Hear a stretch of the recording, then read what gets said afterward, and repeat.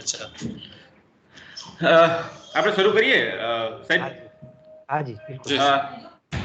નમસ્કાર. આજના આ ઓનલાઈન વ્યાખ્યાનમાં આપ સૌનું હાર્દિક સ્વાગત કરું છું. સરકારી યુનિયન કોલેજ રાણાવાવ, જિલ્લો પોરબંદર, એમના જ્ઞાનધારા અંતર્ગત આજના આ વિશિષ્ટ વ્યાખ્યાનમાં વક્તા તરીકે પધારેલ પંડ્યા સાહેબ નું એ હૃદયથી સ્વાગત કરું છું, આવકારું છું.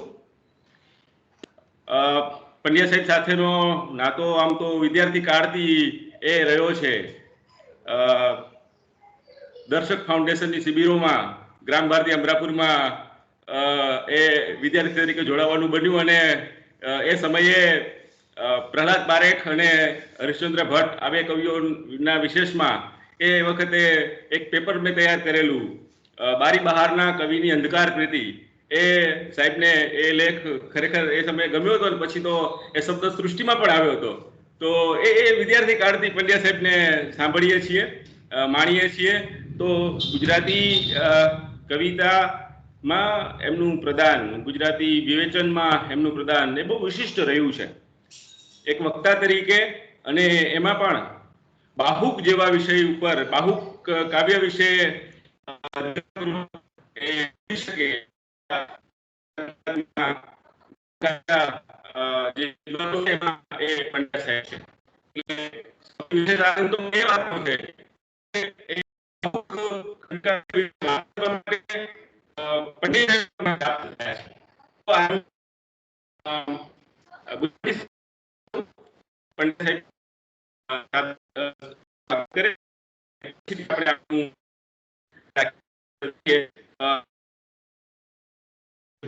વિનંતી કરું કે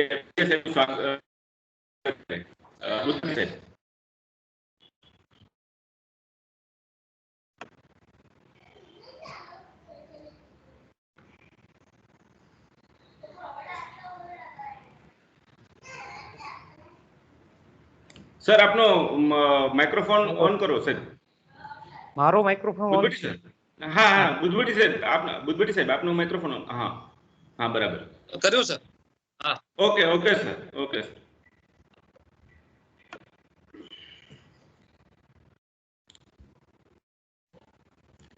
બુદ્ધવટી સાહેબ આપને વિનંતી કે પંડ્યા સાહેબનું શાબ્દિક સ્વાગત કરો. નમસ્કાર. આજની આ ઓનલાઈન જે સભા આપણે શરૂ કરવા જઈ રહ્યા છીએ એના મુખ્ય અતિથિ અને મુખ્ય વક્તા MS યુનિવર્સિટી બરોડાના ગુજરાતી વિભાગના વરિષ્ઠ અધ્યાપક શ્રી રાજેશભાઈ પંડ્યા સાહેબ. એમનું આ વેબિનારમાં, એમનું આ સભાની અંદર હું કોલેજ વતીથી હૃદયપૂર્વક સ્વાગત કરું છું અને એ વાતનો ઉમળકો વ્યક્ત કરું છું કે ટેકનોલોજીના માધ્યમથી જે વસ્તુ અથવા તો જે લાભ આપણને મળવો એટલો સુલભ થઈ શક્યો છે એ આપણું નસીબ છે. અને સાથે સાથે સાહેબશ્રીએ એ રસપ્રદ વિષય ઉપર ચર્ચા કરવા માટે આમંત્રણ સ્વીકાર્યું અને આપણી સાથે એમનો સમય વિદ્વતાપૂર્ણ ચર્ચા માટે ફાળવ્યો છે. તો એ આપણા સૌ માટે ભાગ્યની વસ્તુ છે. સ્ટુડન્ટ એક્સચેન્જ, એવી રીતે ટીચર્સ એક્સચેન્જ એવો એક કોન્સેપ્ટ છે જે આજે આ ટેકનોલોજીના માધ્યમથી બહુ સહજ બન્યો અને એને કારણે આ વિદ્વાનો અલગ અલગ જગ્યાએથી બેસીને પોતાની વાત આજે રાજ્ય દેશ કે દુનિયાના ખૂણે ખૂણે બાહુક વિશેનો મારો કોઈ અભ્યાસ નથી એટલે હું એની વાત સ્વાભાવિક રીતે નહીં કરું, પરંતુ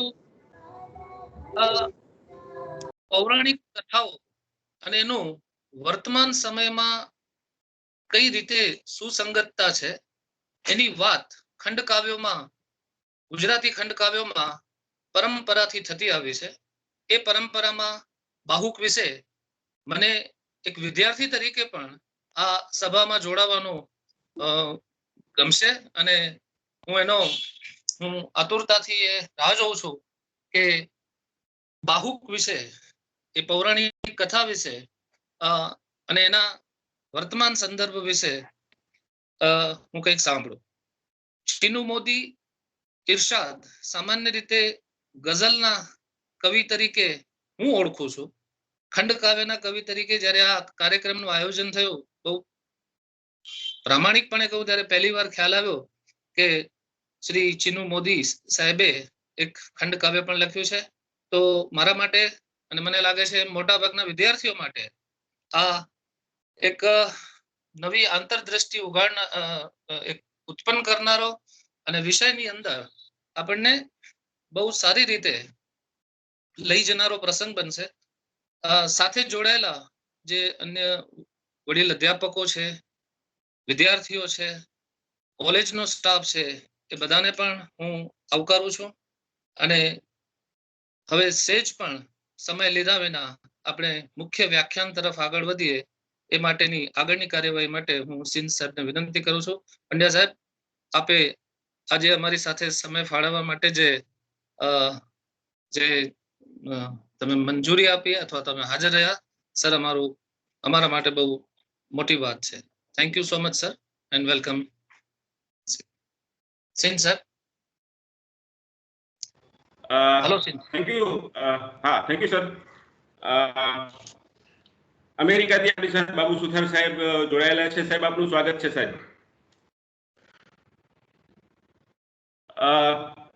તો સાહેબે વાત કરી કે ચીનુ મોદીની એક ઓળખ એક ગઝલકાર તરીકેની છે.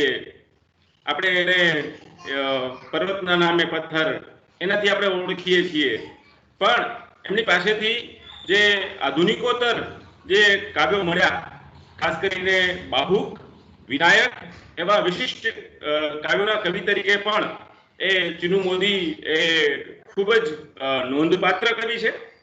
આપણે આજે એમનું એક વિશિષ્ટ જે ખંડકાવ્ય છે બાહુક, એના વિશે પંડ્યા સાહેબ પાસેથી આપણે સાંભળવાના છીએ.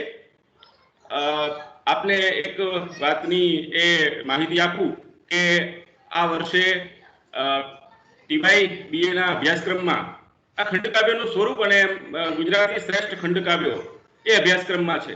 અને એટલા માટે આ કોલેજે ખંડકાવ્યની આખી એક શ્રેણી યોજી છે. આ પહેલા નિયતિ અંતાણી આપણી સાથે અત્યારે ઓનલાઈન વ્યાખ્યાનમાં હાજર છે. એમણે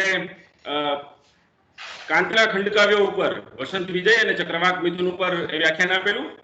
આજે આપણી સામે એ રાજેશ પંડ્યા સાહેબ એ ચીનુ મોદીના બાહુક ખંડકાવ્ય વિશે વાત કરવાના છે.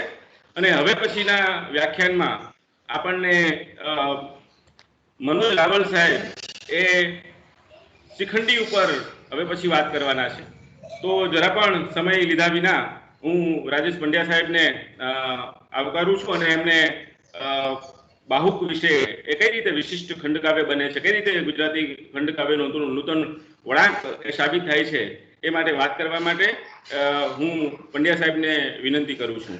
સાથે સાથે એ પણ જણાવું કે આ વ્યાખ્યાનમાં માત્ર અમારી કોલેજના જ વિદ્યાર્થીઓ નહીં, એની સાથે સાથે ભક્ત કવિ નરસિંહ મહેતા યુનિવર્સિટી સંલગ્ન અન્ય કોલેજના વિદ્યાર્થીઓ, અધ્યાપકો પણ એ જોડાયેલા છે. તો પંડ્યા સાહેબને હું આવકારું છું અને એમને એમનું વ્યાખ્યાન આપવા માટે આમંત્રણ આપું છું. પંડ્યા સાહેબ. બાકી બધા જે જોડાયેલા પ્રતિભાગીઓ છે એમને વિનંતી કે એમનું જે માઇક છે એ મ્યુટ રાખશે. Okay, thank you sir. Pandya સાહેબ. માનનીય આચાર્ય શ્રી કમલેશભાઈ, અધ્યાપક હિરજીભાઈ, બીજા સાથી અધ્યાપકો, સર આપનો વિડિયો ઓન રાખજો ને સર. સર મારો વિડિયો આપનો ઓફ બતાવો. મારો વિડિયો ઓન છે, અહીંયા તો દેખાય છે. Okay sir, okay okay.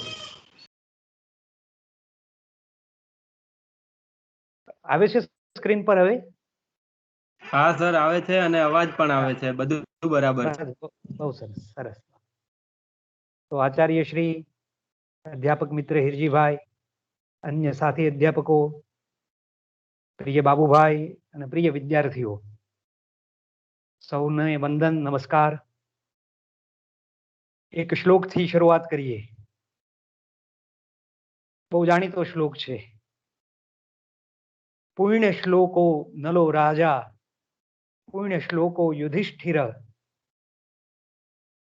પુણ્ય શ્લોકો ચ વૈદેહી, પુણ્ય શ્લોકો જનાર્દન. અનુષ્ટુપ છંદનો આ શ્લોક છે.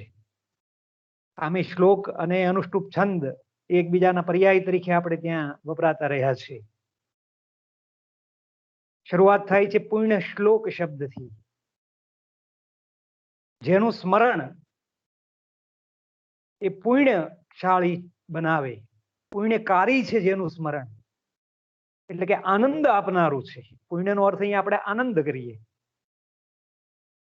તો એવા પુણ્ય શ્લોકો નલો રાજા. બીજા ચરણમાં આવે છે પુણ્ય શ્લોકો યુધિષ્ઠિર. ત્રીજા ચરણમાં આવે છે પુણ્ય શ્લોકો ચ વૈદેહી, પુણ્ય શ્લોકો જનાર્દન. 4 ચરણ અને 4 ચરણમાં 4 વ્યક્તિનો નિર્દેશ છે. નળ રાજા, યુધિષ્ઠિર રાજા, વૈદેહી એટલે કે સીતા, અને જનાર્દન એટલે કૃષ્ણ. તો આ 4 એવી વ્યક્તિ છે, જેમ 7 સતી વાળા શ્લોક, તીર્થ વાળા, મોક્ષદાયી તીર્થ વાળા 7 નો વર્ણન કરતો શ્લોક એ જેમ પ્રચલિત છે, એનો નિત્ય પાઠ કરતા હોય છે ઘણા લોકો, એમ આ શ્લોકનો પણ પાઠ કરે છે. પુણ્ય શ્લોકો નલો રાજા, પુણ્ય શ્લોકો યુધિષ્ઠિર. તો એવા નળ રાજાનું એક કાવ્ય છે, એની વાત આપણે બધાએ આજે એને સ્મરણ કરવાનું છે. પુણ્ય શ્લોક, શ્લોકનો અર્થ સ્મરણ કર્યો અહીંયા. આનંદ આપનારું જેનું સ્મરણ છે. કૃષ્ણનો તો ઉલ્લેખ આવ્યો, યુધિષ્ઠિરનો પણ ઉલ્લેખ આવ્યો. યુધિષ્ઠિરનો ઉલ્લેખ મહાભારતમાં, મહાભારતનું કેન્દ્રીય પાત્ર એ. અને મહાભારત એટલે પાંડવ કથા, જનાર્દન એટલે કૃષ્ણ કથા, વૈદેહી એટલે સીતા રામ કથા. તો આ રામ કથા, કૃષ્ણ કથા, પાંડવ કથા એ જે ભારતભરમાં પ્રચલિત છે સદીઓથી, એમ નળ રાજાની કથા પણ સદીઓથી જાણીતી છે. એટલે એ અર્થમાં નળ રાજાને, એ કથાના કેન્દ્રીય ચરિત્ર નળને પુણ્ય શ્લોક કહ્યા છે.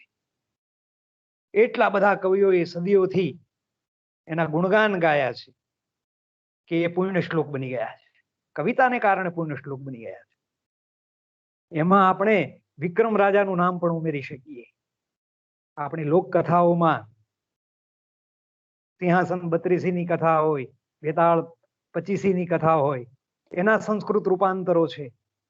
તો એ પણ સદીઓથી જાણીતી છે વિક્રમની કથા. તો આ બધી એવી વ્યક્તિ છે કે જેના જીવન અને જીવનની ઘટનાઓ એ આજે પણ આપણને માર્ગદર્શક બને એવી છે કોઈને કોઈ રીતે, અથવા આજે પણ આપણા જીવનને જુદી ઓળખ આપનારી બને એવી છે.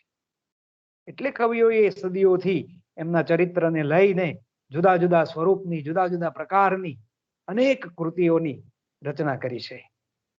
અને એમાં નળ વિશેની જે કેટલીક ગુજરાતી કૃતિઓ છે, મધ્યકાળમાં તો ઘણી બધી છે, પણ અર્વાચીન કાળની જે ગુજરાતી કૃતિ છે તે છે આ બાહુક. તમે જોશો કે આ બાહુક કાવ્ય એ તમારા અભ્યાસક્રમમાં તો એનો એક અંતિમ ખંડ જ છે, પણ મૂળમાં એ બાહુક કાવ્ય આવું છે. આ આડી ચોપડી છે અને આપણી જૂની પોથીઓમાં જેમ આડું લખાતું હતું પાનામાં, એવી રીતે આ છપાયેલી છે. તમે જુઓ કે આ આવી રીતે છપાયેલી છે. અને એનું સ્વરૂપ છે એ સમગ્ર કૃતિનું સ્વરૂપ એ ખંડકાવ્ય નથી, દીર્ઘ કાવ્ય છે. અત્યારે હું આ એક શબ્દ સગવડ માટે વાપરી રહ્યો છું. ચીનુ મોદીએ પણ આ આખા કાવ્યને ખંડકાવ્ય તરીકે નથી ઓળખાયું. હરિવલ્લભ ભાયાણીએ આ પુસ્તકમાં એનો પ્રવેશક લખ્યો, એમાં એનું શીર્ષક બાંધ્યું છે એ લેખનું, બાહુક ખંડકાવ્યનો નૂતન વળાંક, એવું શીર્ષક બાંધ્યું છે. ખંડકાવ્યનો એક નવો વળાંક આપે છે.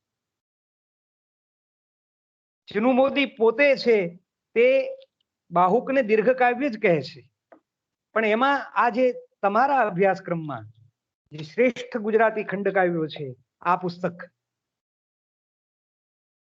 અને એ પુસ્તકમાં જેટલો અંશ મૂકવામાં આવ્યો છે એ અંશ આખા દીર્ઘ કાવ્યનો અંતિમ અંશ છે, નળની ઉક્તિ તરીકેનો.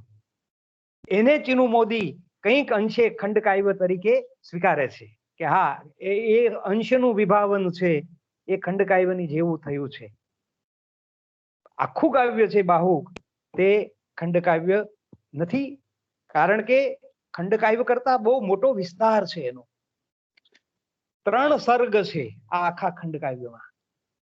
હવે આ સર્ગ શબ્દ આવે જે સીધો આપણને મહાકાવ્ય સાથે લઈ જાય. મહાકાવ્યોમાં સર્ગ આવતા હતા, એ પછી કાલિદાસનું મહાકાવ્ય હોય, કુમાર સંભવ, તો એ 5 સર્ગનું મહાકાવ્ય, એવી રીતે. અને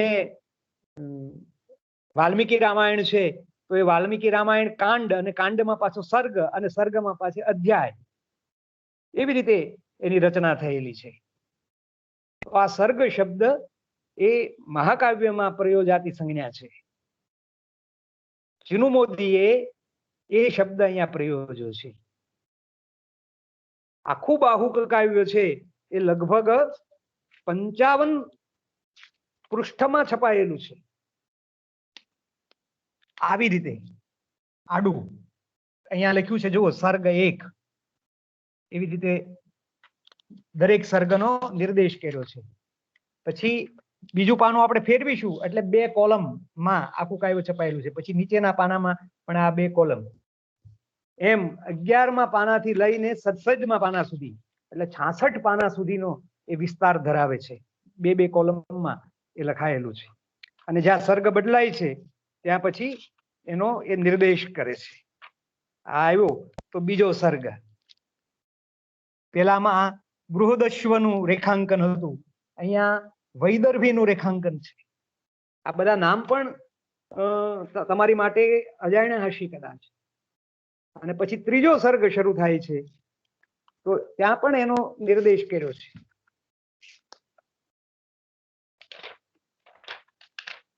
અને ત્યાં નળનું રેખાંકન મૂક્યું છે આવી રીતે. અને નીચેથી સર્ગ 3. તો આવી રીતે સમગ્ર બાહુક કાવ્યમાં, હવે બાહુક સમગ્ર બાહુક ખંડ કાવ્ય એવું મેં નથી કીધું, સમગ્ર બાહુક કાવ્યમાં, દીર્ઘ કાવ્યમાં 3 સર્ગ છે. અને એ 3 સર્ગમાં જુદા જુદા પાત્રોની ઉક્તિ આવે છે. બૃહદશ્વ, પછી વૈદર્ભી અને નળ, એવા 3 પાત્રો છે આ કાવ્યમાં લીધા છે. બૃહદશ્વ છે એ એક ઋષિનું નામ છે. મૂળ મહાભારતમાં આપણે જઈએ તો તમે જુઓ કે પૂર્ણ શ્લોકો નલો રાજા, પૂર્ણ શ્લોકો યુધિષ્ઠિર, એ અનુષ્ટુપની પહેલી પંક્તિમાં નળ અને યુધિષ્ઠિરને સાથે મૂક્યા છે. એ જ બંનેનો સંબંધ બતાવે છે. નળ અને યુધિષ્ઠિરનો સંબંધ કેવો છે તે. બાહુકનો આખો કથા સંદર્ભ છે એ આ રીતે આપણને સ્પષ્ટ થાય છે.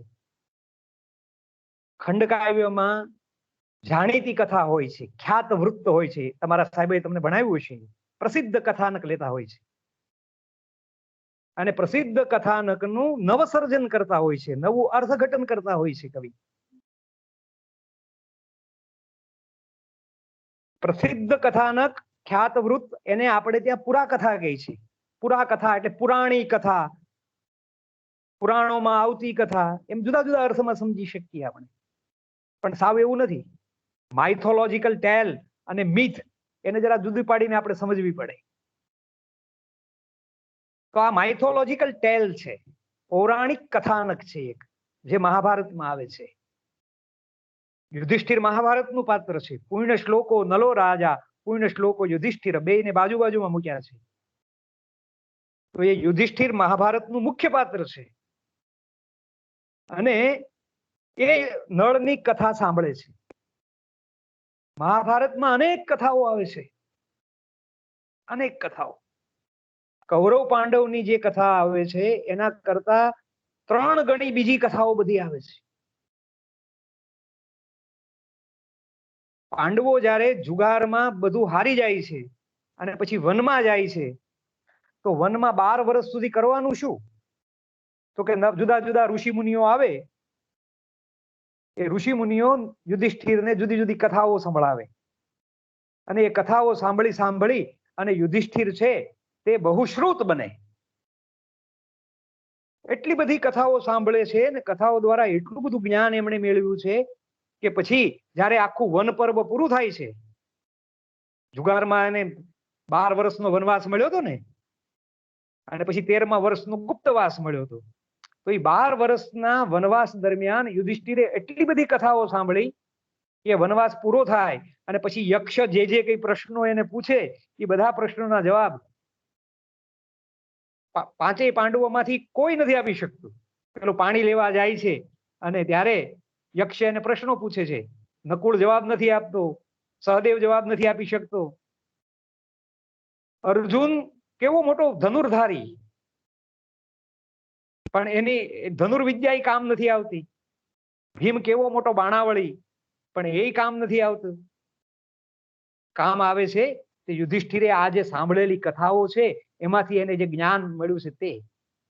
ન તો બાહુબળ કામ આવે છે, ન તો શસ્ત્ર બળ કામ આવે છે, પણ આ જ્ઞાનનું બળ છે, બહુશ્રુતતાનું બળ માંથી જે મળેલું છે એને કારણે યુધિષ્ઠિર જવાબ આપી શકે છે. તો એ આખા વનવાસનું વર્ણન કરતું મહાભારતનું જે 3જું પર્વ છે, વન પર્વ, એમાં એક વખત અર્જુનને એ તો બધા પેલું શસ્ત્ર વિદ્યા શીખવા માટે ગયો હોય છે એને, પછી એને શિવ સાથે યુદ્ધ થાય છે અને એનું આખું ભારવીએ મહાકાવ્ય લખ્યું છે કિરાતાર્જુનીયમ. એટલે અર્જુન નથી, યુધિષ્ઠિર અને બીજા ભાઈઓ દ્રૌપદી આ બધા વનમાં છે. અને એ વખતે એક બૃહદશ્વ નામના ઋષિ આવે છે અને એ બૃહદશ્વ ઋષિને યુધિષ્ઠિર પૂછે છે, મારી જેવો કોઈ દુર્ભાગી માણસ પૃથ્વી ઉપર છે જેને આટલા બધા દુઃખ સહન કરવા પડ્યા હોય? અસ્તિ રાજા મયા કશ્ચિદ અલ્પ ભાગ્યતરો ભુવિ નમત્તો દુઃખિતતરઃ પુમાન સ્થિતિ મે મતિ. તો મારા જેવો કયો બીજો રાજા છે જેને આટલું બધું દુઃખ પડ્યું હોય? ત્યારે બૃહદશ્વ મુનિ એને નળની કથા સંભળાવે છે કે તમને તો શું દુઃખ પડ્યા, તમારી સાથે 4 ભાઈઓ છે, દ્રૌપદી છે, અને આટલા બધા ઋષિ મુનિઓ તમને મળવા આવે છે, સ્વજનો મળવા આવે છે બધા વનમાં, પણ નળ તમારો પૂર્વજ જે નળ રાજા છે એ નળ રાજાને તો એટલા દુઃખ પડ્યા હતા કે દમયંતી પણ એને છોડીને જતી રહી. એક બાજુ દમયંતી અને બીજી બાજુ પોતે એકલા વનમાં ભટકતા રહ્યા અને તો પણ એમના દુઃખનો અંત ના આવ્યો. એ આખું નલોપાખ્યાન 22-24 અધ્યાયોમાં વન પર્વમાં આવે છે અને એની આખી કથા કહી છે. હવે અહીંયા આપણને પ્રશ્ન એ થાય કે આ મહાભારતનું જે ઉપાખ્યાન છે એ યુધિષ્ઠિરને સંભળાવે છે, એનું કારણ શું? તો એનું એક કારણ તો એ કે તમે દુઃખી છો એમ બીજા રાજાઓ પણ દુઃખી થયા છે, એટલે એક આશ્વાસન આપવા માટે, એને સાંત્વના મળે એ માટે નળની કથા કહી, એવું આપણને લાગે. પણ એ જે નળની કથા કહે છે એ કથા બરોબર જો આપણે વાંચીએ મહાભારતમાંથી તો તરત ખબર પડે કે આ યુધિષ્ઠિરની જીવન કથા અને નળની આ પૂર્વ કથા એ બે એકબીજા સાથે જોડી શકાય એવી છે, સમાંતરે ચાલે છે. જો કે યુધિષ્ઠિર વનમાં આવ્યા છે એનું કારણ જુગારમાં બધું હારી ગયા, તો આ નળ પણ છે તે જુગારમાં બધું હારી ગયો હતો, દૂત ક્રીડામાં. અને જુગાર કોની સાથે રમ્યો? યુધિષ્ઠિરે એના પિતરાય ભાઈ દુર્યોધન સાથે દ્યુત રમ્યા. તો નળ છે એ એના પિતરાય ભાઈ પુષ્કર સાથે દ્યુત રમ્યો. અને પછી વનમાં આવ્યા એટલે દેશ નિકાલ થયો. પોતાનું જે રાજ્ય છે એ રાજ્ય એને છોડી દેવું પડ્યું. વનના જે કઈ દુઃખો પડ્યા એમાં પણ ઘણી બધી સમાનતા છે.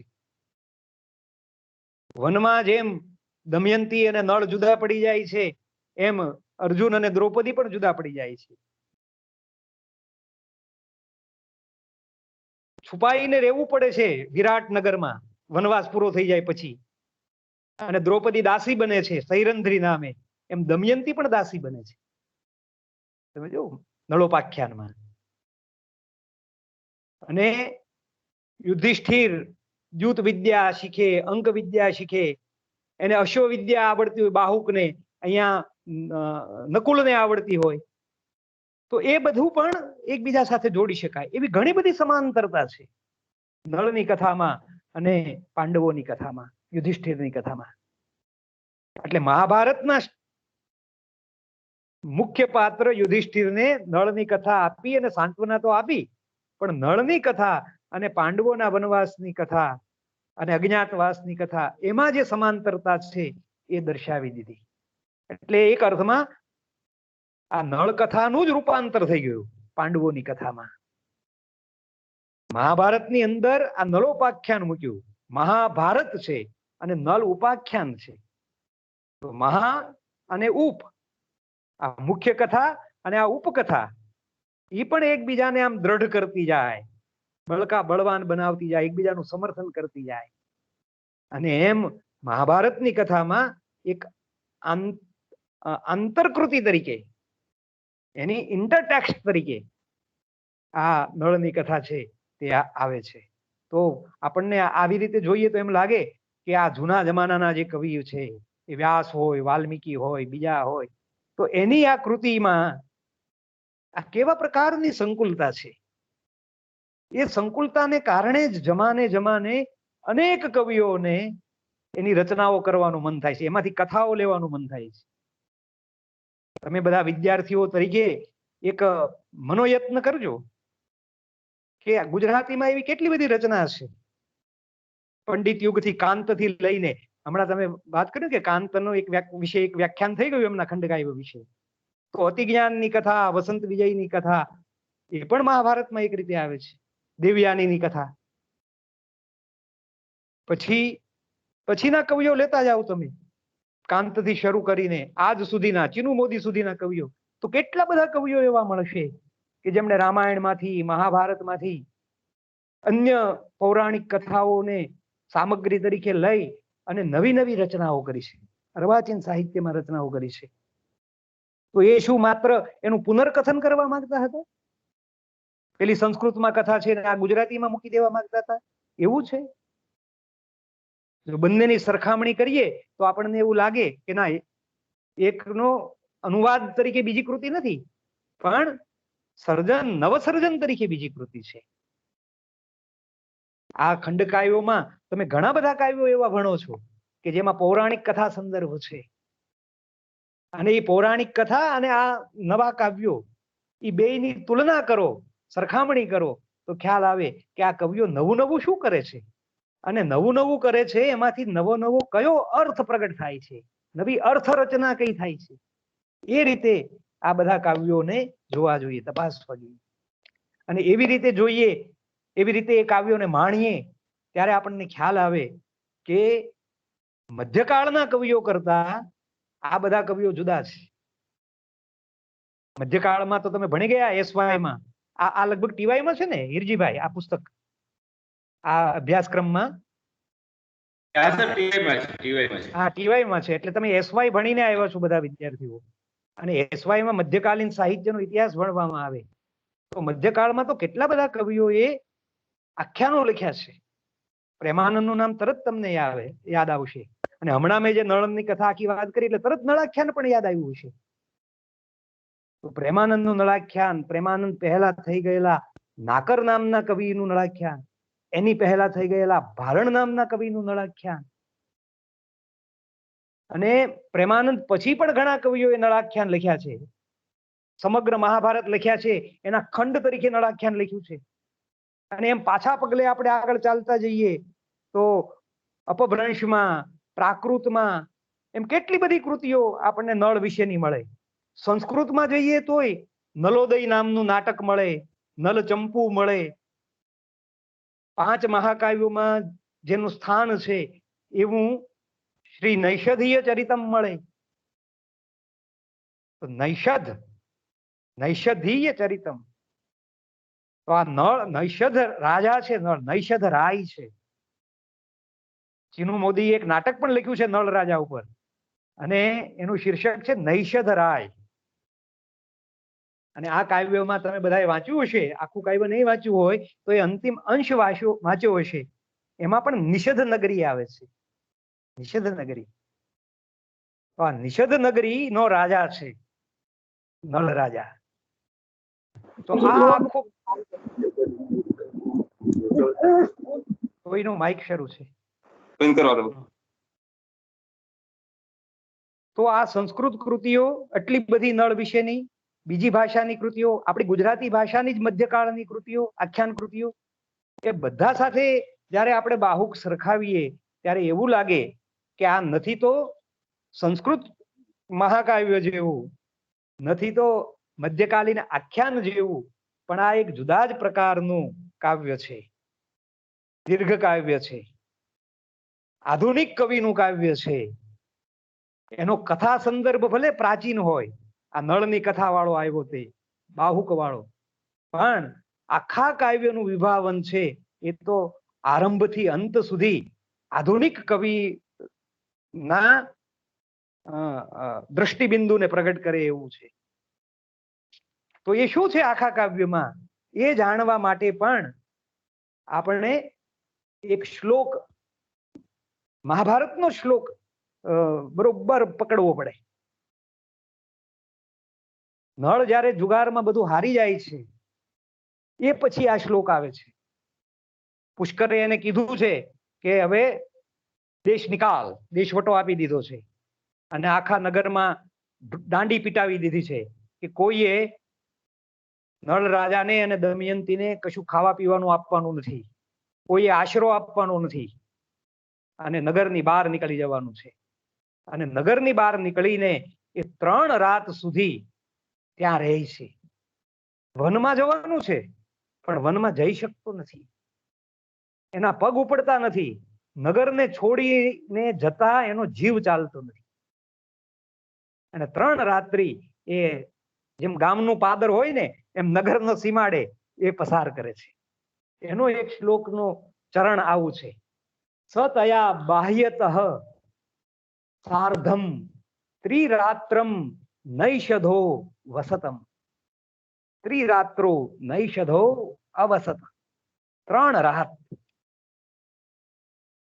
નિષધ નગરીની બહાર એ પસાર કરે છે. તો ચીનુ મોદીએ આખી નળ કથામાંથી આ બાબત ઉચકી લીધી.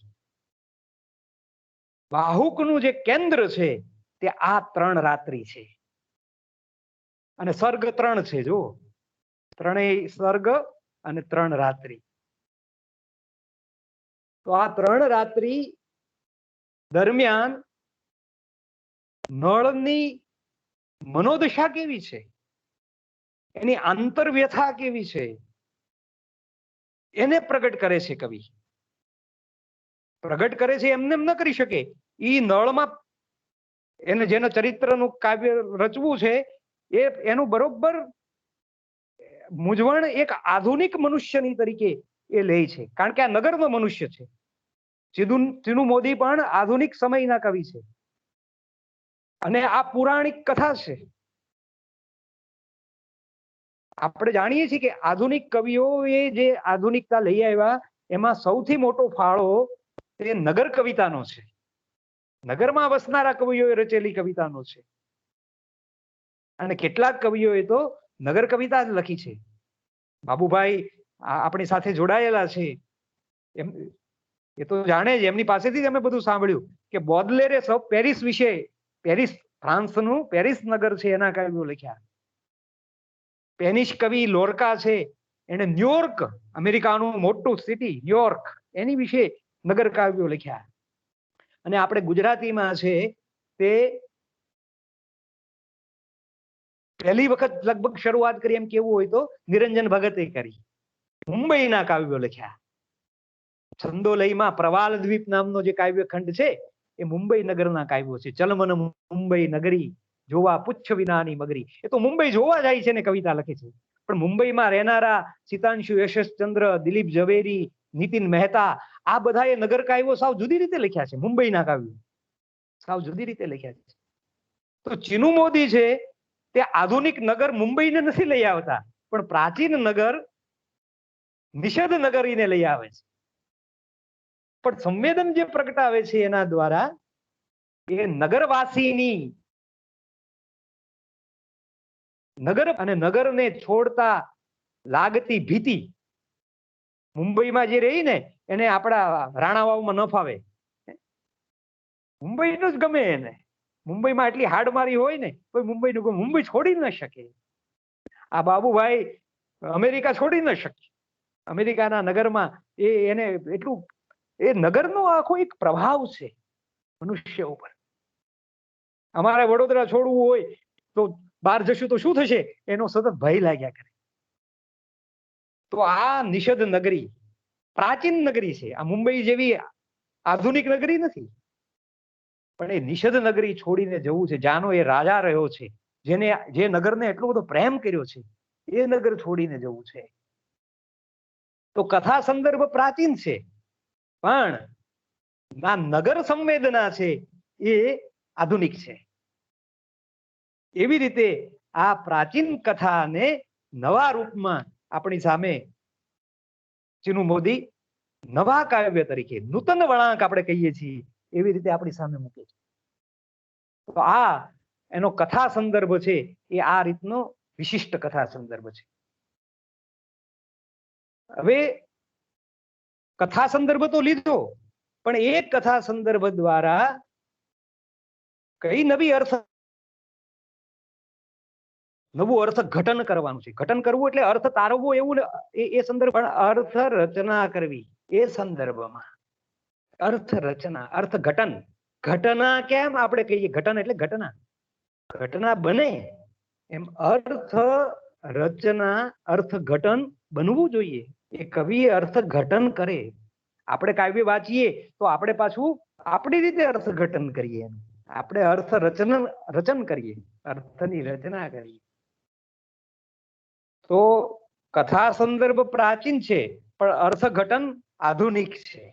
એ કેવી રીતે કરે છે આખા કાવ્યમાં એ પણ સમજવા જેવું છે.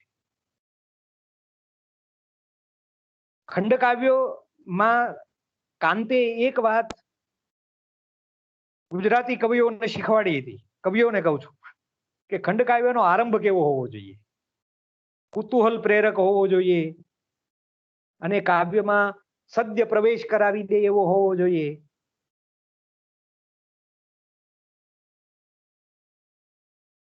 અને આખા કાવ્યનો હેલો હેલો આવે છે આવે છે આવે છે અવાજ, આવે છે અવાજ. પણ મારા સ્ક્રીન ઉપરથી બધું પેલું જતું રહ્યું ને, એટલે મને જરા એમ થયું કે આમ કેમ થયું બધું. હું દેખાતો બંધ થઈ ગયો, બીજા બધા દેખાતા હતા એ પણ બંધ થઈ ગયા. કઈ વાંધો નહીં, ચાલો. હા આવે છે, આવે, હવે આવ્યા. તો કાવ્યનો આરંભ જ એવો હોવો જોઈએ કે આખા કાવ્યનો અર્થ સંકેત થાય. તમે વસંત વિજય ભણો છો, અતિજ્ઞાન, આ બંને કાવ્યો એમાં છે. તો અતિજ્ઞાનનો આરંભ તમે જુઓ કે આખા કાવ્યમાં શું બનવાનું છે એનું સંકેત કરી દીધો કવિએ આરંભમાં. ઉદ્ગ્રીવ દૃષ્ટિ કરતા નભ શૂન્ય ભાસે, ઝાંખી દિશા પણ જણાય અનિષ્ટ પાસે. જામી ગઈ તરત ઘોર કરાલ રાત, લાગી બધે પ્રસરવા પુરમાહી વાત. તો ઉદ્ગ્રીવ દ્રષ્ટિ કરતા નભ શૂન્ય છે, અંધકાર છે, અને કશું જ છે નહીં, કશું જ કોઈ બચાવ આવવાનું નથી. એ બધાનો સંકેત એને કરી દીધો. નિરાધાર સ્થિતિનો આખો સંકેત કરી દીધો સહદેવને. એમ નહીં નાથ ન જાણો કે સવાર છે, આ બધું ઘોર અંધારું હજી તો બહુ વાર છે. વસંત વિજયનો આરંભ આ નહીં નહીં નહીં, જાણે કે પાંડુને એમ કહે છે કે નથી કરવાનું, હા રતિ ક્રીડા તરફ તારે આકર્ષણ થાય છે પણ નથી, બચવાનું છે, એ ક્રીડામાં પ્રવૃત્ત નથી થવાનું, નહીં નહીં નહીં. અને જે માદ્રી ના પાડે છે ને એ માદ્રી સાથે જ ક્રીડા રત થાય છે, અને પરિણામે શું થાય છે આપણે જાણીએ છીએ કાવ્યમાં. તો આખા કાવ્યનું વ્યંજના જાણે કે આરંભમાં જ કહી દીધી. આવી નાટ્ય સંધિ, સંસ્કૃત સંજ્ઞા વાપરીને આપણે કેવું હોય તો આવી નાટ્ય સંધિ નો પ્રયોગ આરંભમાં થતો હોય છે. એવી રીતે બાહુકનો આરંભ તમે જે અંશ ભણો છો એમાં તો નથી, પણ પહેલા સર્ગમાં જે આરંભ થાય છે ને એ જાણવા જેવું છે. આ રીતે આરંભ છે. બૃહદશ્વની ઉક્તિથી થાય છે. જો બૃહદશ્વ મૂળમાં પણ નળને, યુધિષ્ઠિરને નળની કથા સંભળાવે છે. અહીંયા પણ બૃહદશ્વ એ નરેટર છે, કથક છે, કથન કરે છે, આખી કથા કહેતા જાય છે, એટલે એની ઉક્તિ આવે છે અને આગળ પાછળને એ જોડે પણ છે. એવી સરસ રીતે બૃહદશ્વના ચરિત્રને એણે બાહુકમાં લીધું છે. એની ઉક્તિથી આરંભ થાય છે. નથી પુષ્પ આંખોમાં વસતા, પાસે આવી પરિમલ ખસતા. ચોપાઈ છંદ છે. નથી પુષ્પ આંખોમાં વસતા, પાસે આવી પરિમલ ખસતા. છોડ કુણા ડોકી મરડાય, ષટપદ ત્વરા વધારે જાય. પુષ્કર વૃષભ એકાકાર, અરણ્યમાં છે હાહાકાર. વન્ય ભૌમથી નગર ધસ્યું, હિંસ્ર થયેલું ષટપદ પશુ. આવી રીતે આરંભ થાય છે. તમે જો પુષ્પ પહેલો શબ્દ આવે છે, નથી પુષ્પ આંખોમાં વસતા. હવે જે સુંદર દ્રશ્યો જોવાના હતા તે હવે નથી. વસંતના પુષ્પો હવે નથી. હવે તો આ અરણ્યમાં જવાનું છે, મહેલનો આનંદ છોડીને. તો એ પુષ્પથી પુષ્કર સુધી જોડાઈ જાય આખું કાવ્ય. પુષ્કર વૃષભ એમ. અને એ આવે છે વનમાંથી. પુષ્કર છે એ નળનો પિતરાય ભાઈ છે, જેની સાથે દ્યુત રમે છે. જેમ યુધિષ્ઠિર એના પિતરાય દુર્યોધન સાથે દ્યુત રમે છે, એમાં પુષ્કર સાથે રમે છે. અને આવ્યો છે વનમાંથી. પુષ્કર નળને હરાવવા આવ્યો છે, નળનું રાજ્ય પડાવી લેવા આવ્યો છે. અરણ્યમાંથી આવ્યો છે, અરણ્યમાં છે હાહાકાર. વન્ય ભૌમથી નગર ધસ્યું, એ અરણ્યમાંથી નગરમાં આવે છે અને નળ હારી અને નગરમાંથી અરણ્યમાં જાય છે. આ રીતે આખો સંકેત કાવ્યનો આરંભમાં એ કરી દે છે. અને પછી કેવું બેહામણું છે, કેવી કાળી રાત્રિ છે. પુષ્કરનો નગર પ્રવેશ અને એની સાથે અતિ જ્ઞાનમાં દ્યુતનું નિમિત્ત લઈને આવતો જે છે તેનો દ્યુતનો નગર પ્રવેશ, એ બંને તમે જોડી શકો. દુર્યોધન પ્રેષિત દૂત એક, દેખાવમાં ઘાતક દુષ્ટ છેક. જતો હતો અંધ થતી નિશામાં, જતો હતો રાજગૃહની દિશામાં. એવું જે અતિ જ્ઞાનમાં પેલો જુગારનું નિમંત્રણ લઈને દૂત આવે છે, એવો જ દૂત અહીંયા પણ આવે છે. પડછાયામાં પાસાઓના નાના અને વૃષભના મોટા પડછાયા સંમિલિત થતા વિરૂપ વિરાટ બનતી એક કાળી છાયા. પાસાની ચાતુરીથી, વૃષભના બળથી અને અનિષ્ટ ચિત્તની ગતિથી સામટા સોપાનો ચડી અટ્ટાલિકામાં પ્રવેશી. અને પેલો દૂત જોઈ અને હસ્તિનાપુરના લોકો જેમ અતિ જ્ઞાનમાં શંકા કરવા માંડે, એમ અહીંના આ નિષેધ નગરીના લોકો પણ ભયભીત બની જાય. એટલે તમે જુઓ, કાંતમાંથી પછી આવનારા કવિઓ કેટલું બધું શીખે છે. ચિરુ મોદીએ પણ એ અતિ જ્ઞાનના આરંભને અને બાહુકના આરંભને કેવા સમાંતરે મૂકી આપ્યા છે.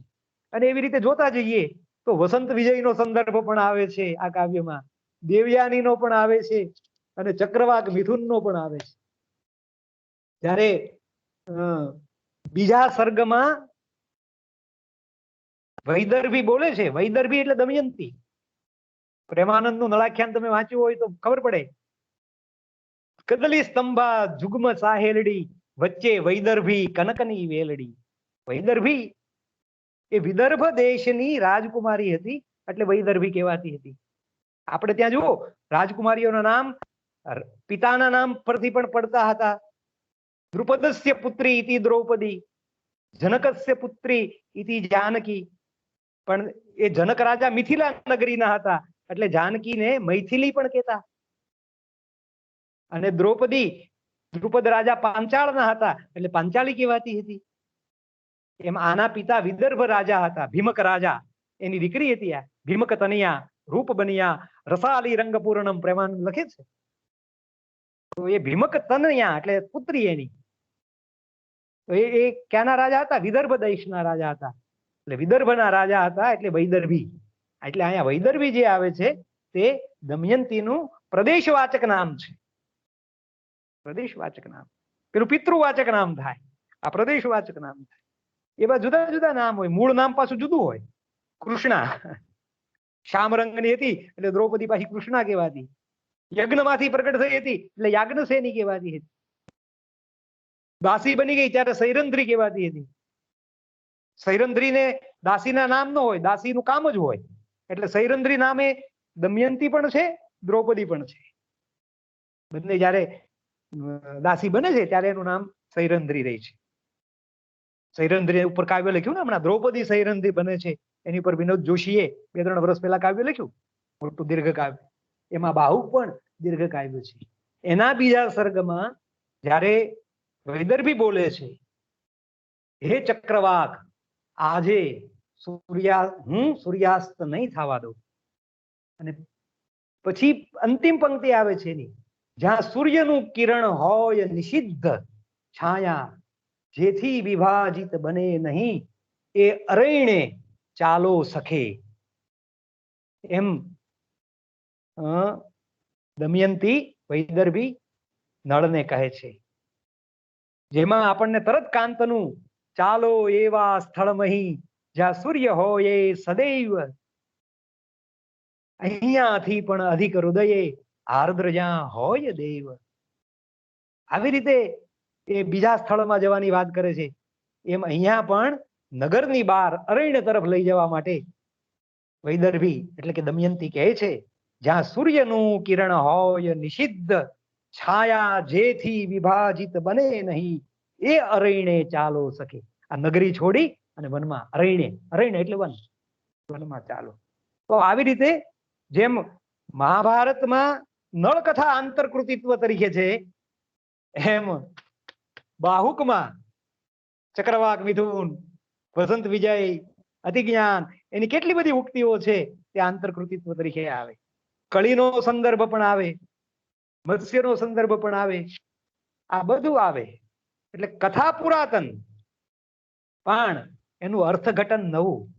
કે 3 રાત્રિ નગર, તમે જુઓ પ્રેમાનંદના નળાખ્યાન સાથે સરખાવશો ને, તમે મૂળ મહાભારતમાં આવતી વન પર્વમાં નલોપાખ્યાનની કથા, એની સાથે પ્રેમાનંદનું મધ્યકાલીન કવિનું નળાખ્યાન સરખાવો એટલે તમને લાગે ઘણું બધું જુદું છે.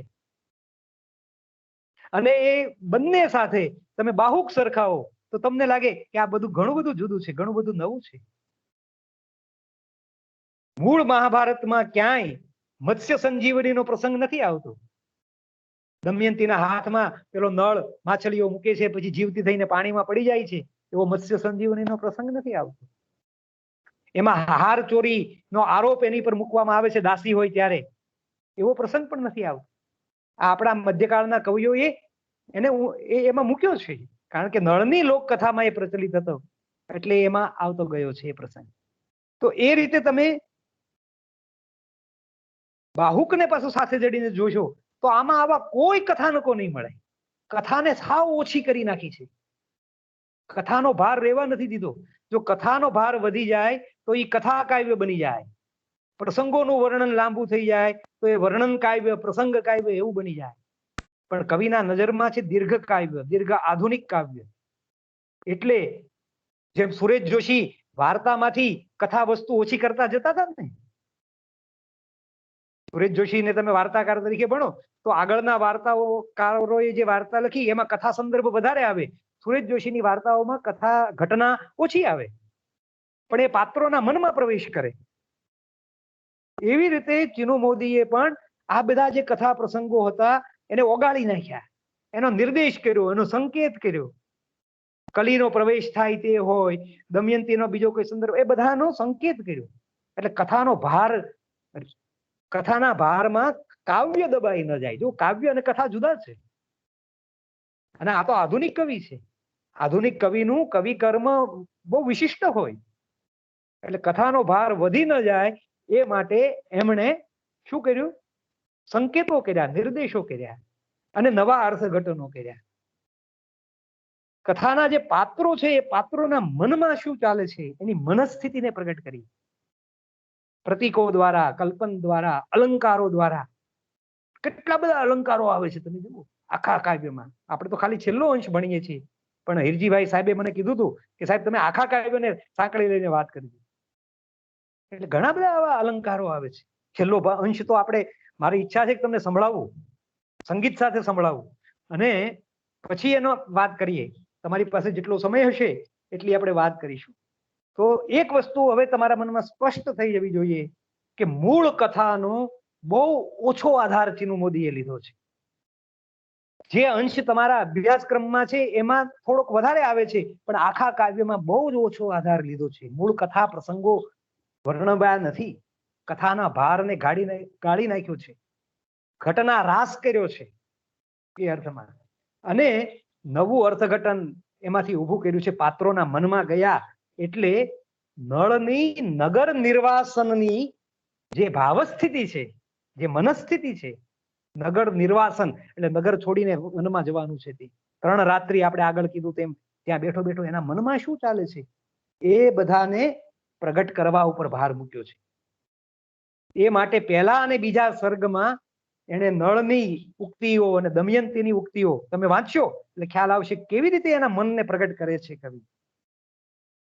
બરોબર આમ ધાર કાઢતા જાય છે, એના મનમાં ઊંડે ઉતરી અને એને કેવી વ્યથા છે એ પ્રગટ કરતા જાય છે. આગળ લેખ લખ્યો છે બાહુકમાં, એમાં ભાયાણી સાહેબ પણ કહે છે કે બાહુકમાં નગરના જીવને એકાએક આરણ્યક બની ગયાની અસહ્યતા અને આગળ જતા અનુભવાતો વ્યક્તિત્વનો રાસ. એટલે એક તો નાગરિકમાંથી આરણ્યક બની ગયો. જંગલી શબ્દ સારો ન લાગે એટલે આરણ્યક આપણે કહીએ. નગરના નાગરિકમાંથી વનવાસી બની ગયો, અને એનું વ્યક્તિત્વ જે નાગરિક તરીકેનું હતું એ વ્યક્તિત્વ ની ઓળખ જતી રહી, વ્યક્તિત્વનો રાસ થઈ ગયો. એ બાહુકમાં થઈ ગયો. નળ નથી રહેતો પણ બાહુક બની જાય છે. એ આ આખા કાવ્યની મુખ્ય વાત છે. એ કાવ્યનું રહસ્ય છે. રાવી પાઠકના શબ્દો વાપરીને કેવું હોય તો, આનંદવર્ધનના શબ્દોમાં કેવું હોય તો એ કાવ્યની વ્યંજના છે. તમે જો કાવ્યનું શીર્ષક બાહુક છે, અને આખું કાવ્ય તમે વાંચી જશો ક્યાંય પણ બાહુક નો એક શબ્દ આવતો નથી, એક પણ શબ્દ નહીં. ઉક્તિ છે તે નળની છે, બાહુકની નથી. પણ એ બાહુક બને છે એવા નિર્દેશ સાથે કાવ્યનું સમાપન થાય. ત્યાં પણ બાહુક શબ્દ નથી આવતો. તો એ કાવ્યના અંત પાસે આપણે આવશું ત્યારે એની ચર્ચા કરીશું. હવે મને લાગે છે કે આખું કાવ્ય તમને સંભળાવવાનો સમય થયો છે. બધાએ આખું કાવ્ય વાંચ્યું છે? તમારા અભ્યાસક્રમમાં આવે છે એટલો ભાગ, આખું કાવ્ય નથી કહેતો. આખું કાવ્ય તો બહુ મોટું છે. 2, 3, 5 આ બધું કાઢવાનું. કોણે વાંચ્યું છે? કેટલા વિદ્યાર્થીઓએ અભ્યાસક્રમમાં આવતો? સર આમ તો આ આખું કાવ્ય મેં ક્લાસમાં થોડીક ચર્ચા કરી હતી. એના પહેલા અને બીજા સર્ગની પણ ચર્ચા કરી છે. એટલે આખું કાવ્ય વિદ્યાર્થીઓએ જોયું પણ છે કે એ એક ખંડ કાવ્યનો એક ભાગ છે ને, એ આખું દળદાર કેવું મોટું પુસ્તક છે, પણ વિદ્યાર્થીઓને એ ખબર છે. હવે ખંડ કાવ્યનું પુસ્તક એ દળદાર છે, આ એક કાવ્ય પણ દળદાર છે. તમે બતાવ્યું છે અવશ્ય, પણ એમાં ત્રીજા સર્ગ, જો આરંભના 2 સર્ગમાં બૃહદશ્વ, વૈદર્ભી અને નળ એમ એ ક્રમમાં ઉક્તિ આવે છે.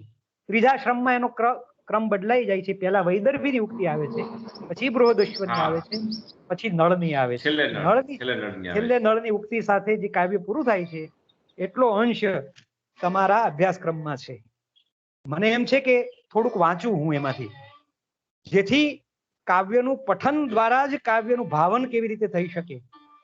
ચોક્કસ. હા હા, તો તમારી અનુમતિ છે. સંગીત સંભળાય છે સાથે થોડું થોડું?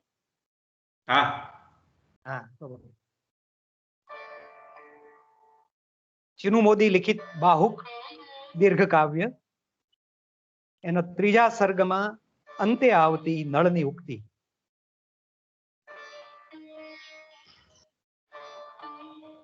જરાક નીચે આવ્યા સખી વિહગ નીડ ગણી ધરાને.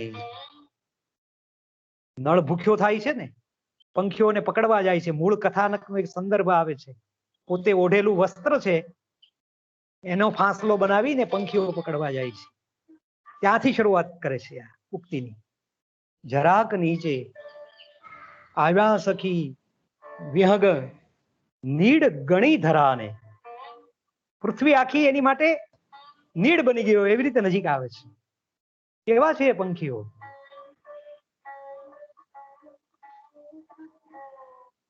છે સ્વર્ણ રંગ વળી પુષ્ટ અને ક્ષુધા, કોપાયમાન વરસે નહીં મેઘ ત્યારે, જેવી ધરા ઉદર તપ્ત તણાય એવું. ભૂખ કેવી છે? પેટ ખેંચાઈ ગયું છે, આખી ધરતીનું પેટ ખેંચાઈ ગયું હોય એવી. તો આ વિહંગ નહીં ભક્ષ્ય. એક જ શબ્દમાં કવિ કેવું કહી દે છે.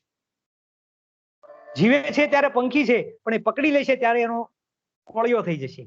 આ વિહંગ નહીં ભક્ષ્ય. સુવર્ણ પાંખો ને વર્ણ ચારુ, લય સિક્ત જમે મૃદુ આ સુરાવલી. બહુ સરસ પંક્તિ આવે છે. મરુત થાય સદેહ જેથી એવા વિહંગ. બાબુભાઈ, પવન છે નિરાકાર છે, અરૂપ છે, અમૂર્ત છે, એ પણ આકારબદ્ધ બને એવા પંખીઓ ઉડતા આવે ને એટલે પવનનો આકાર રચાઈ જાય. આપણા મનોજ ખંડેરિયાએ લખ્યું હતું કે ખરતું પીછું નીચે જ્યારે પડે પંખીની પાંખમાંથી, પૂંછમાંથી, પાંખમાં પીછા હોય ને એવા, અને પૂંછડીમાં હોય, તો ઝીણા શિલ્પ કઈ કોતરી જાય પીછું. તો એ જે ઉતરતું આવે અને હવામાં શિલ્પ રચાઈ જાય. ચિનુ મોદી પણ લખે છે, મરુત થાય સદેહ જેથી એવા વિહંગ. એવા વિહંગ હણવા પડશે અમારે, એવા વિહંગ હણવા પડશે અમારે. તો પ્રશ્નાર્થ કાઢી નાખ્યો, ટોન બદલાઈ ગયો આખા વાક્યનો, અને ના છૂટકે આ નિર્દોષ પંખીઓને ખોરાક બનાવવો પડશે. એવી ક્ષુધા છે, એવી અતૃપ્ત નિત્ય નિયમે હઠપૂર્ણ ક્રૂર. એક ક્ષુધાવશ થઈ ધિક જીવ ભુવા. પછી બોલાવે છે, આવો વિહંગ નિજ નીડ ગણી ધરાને. કલાપી પણ કહે છે ને, મને જોઈને ઉડી જતા પંખીઓને, અહીંયા પંખીઓને બોલાવે છે. અને ભૂખનું વર્ણન પણ સરસ આવે છે. બધી સ્વસ્થતા હારી લે, બધું તાટસ્થ્ય, બધો વિવેક જેમાં નાશ પામે એવી આ ક્ષુધા. અને પેલા પંખીઓ નીચે આવે, પાણી જેવી ગ્રીવા પાતળી. કેટલું સરસ ઉપમા અલંકાર, તમે જુઓ કેટલો સરસ. પંખીની ડોક એટલી બધી પારદર્શક છે. પાણી જેવી ગ્રીવા પાતળી, નર્યા માંસ મજ્જાનો દેહ ચીલ ગતિથી. આ બીજું પંખી લઈ આવ્યા. આવા નિર્દોષ પંખીને પકડવા માટે સમળી જેમ, સમળી કે બાજ જેમ તરાપ મારે, ચીલ ગતિથી સિંહ મથીથી સાહિલે આ વિહંગને. અને એમ કરીને પોતે ઓઢેલું વસ્ત્ર ફેંકીને પંખીને આમ ઉછાળીને પકડવા જાય છે, પણ પંખીઓ વસ્ત્ર લઈને ઉડી જાય છે. પાંખાળા તો પાંખ વીંજતા ઉડ્યા, વસ્ત્ર લઈને ઉડી જાય છે. એક વસ્ત્ર પછી સરસ પંક્તિ લખી છે ચીનુભાઈએ. છંદો પણ બદલાતા જાય છે. આમ આપણને અછાંદસ જેવું લાગે આ બધું, પણ અછાંદસ નથી. આવો પંખી એ જે છે ને, આવો વિહંગ નિજ નીડ ગણી ધરાને, એ વસંત તિલકાની પંક્તિ છે. વસંત તિલકાના ટુકડા પણ સરસ કર્યા છે. અને પંખી વસ્ત્રો લઈને ઉડી જાય છે ત્યારે મંદાક્રાંતા લખ્યો છે. ઉડ્યા પંખી વસન લઈને, નગ્ન હું નગ્ન છું હું. રાજા જેવો રાજા પેલા બાળ વાર્તામાં, લોક વાર્તામાં તો આવે, વસ્ત્ર પહેર્યા વગર નો નીકળે તો બધા એને રાજાએ દિવ્ય વસ્ત્રો પહેર્યા છે, અલૌકિક વસ્ત્રો પહેર્યા છે, એમ બધા એનું શું કહેવાય, કોઈ સાચું નથી કહેતું. પેલો બાળક બોલી જાય છે કે રાજા નાગો છે. નળની આ દશા થાય છે. રાજા જેવો રાજા હવે નિર્વસ્ત્ર બની જાય છે. ઉડ્યા પંખી વસન લઈને, નગ્ન હું નગ્ન છું હું. પોતાની નગ્નતા છુપાવવા માટે નદીઓને શું કહે છે? પાછા જાઓ સરિત જળ, હે પહાડમાં જાઓ પાછા. પહાડમાંથી નદીઓ નીકળી હોય છે ને, એને એમ કે છે તમે પહાડમાં પાછી જતી રહો, મારી નગ્નતા ન જુઓ. અદ્રી જેવા તરુવર પધારો તમે મૂળ પાસે.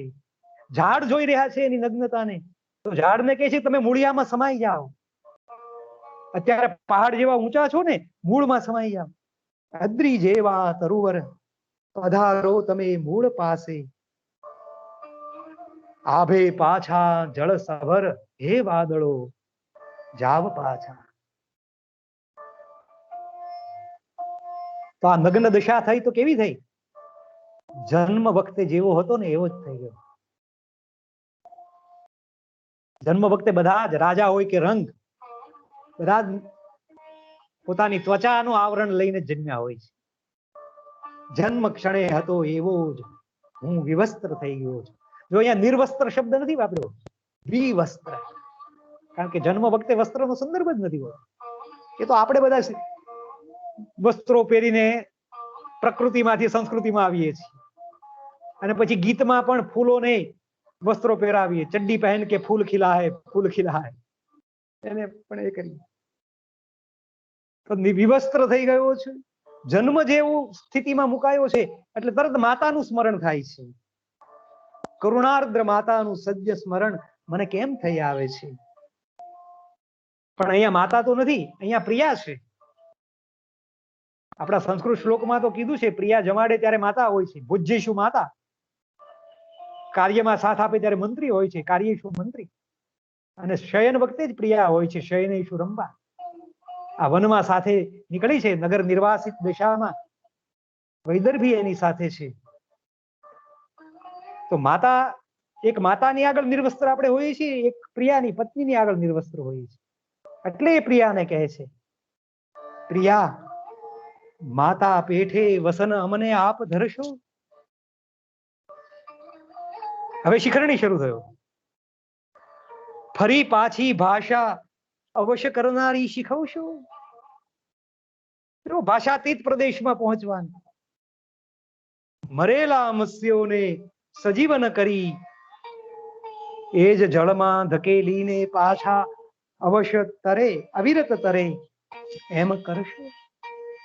મત્સ્ય સંજીવનીનો આખો સંદર્ભ આપી દીધો. પંખીઓ તો ભૂખ લઈને, ભૂખ પંખીઓથી સંતોષાતી નથી, એટલે તળાવમાં માછલીઓ પકડવા પકડે છે. એ મહાભારતમાં નથી આવતું, મધ્યકાલીન આખ્યાનમાં આવે છે. અને દમયંતીને વરદાન આપ્યું હોય છે સ્વયંવર વખતે દેવતાઓએ, કે જેના હાથમાં અમૃત સ્રવયા કર દમયંતીના. પ્રેમાનંદ લખે છે અમૃત છે. એટલે મરેલા મત્સ્યો પકડી પકડીને આપે છે અને જીવતા થઈને ફરી પાછામાં પાણીમાં કૂદી પડે છે. એનો સંદર્ભ છે મરેલા મત્સ્યોને સજીવન કરી.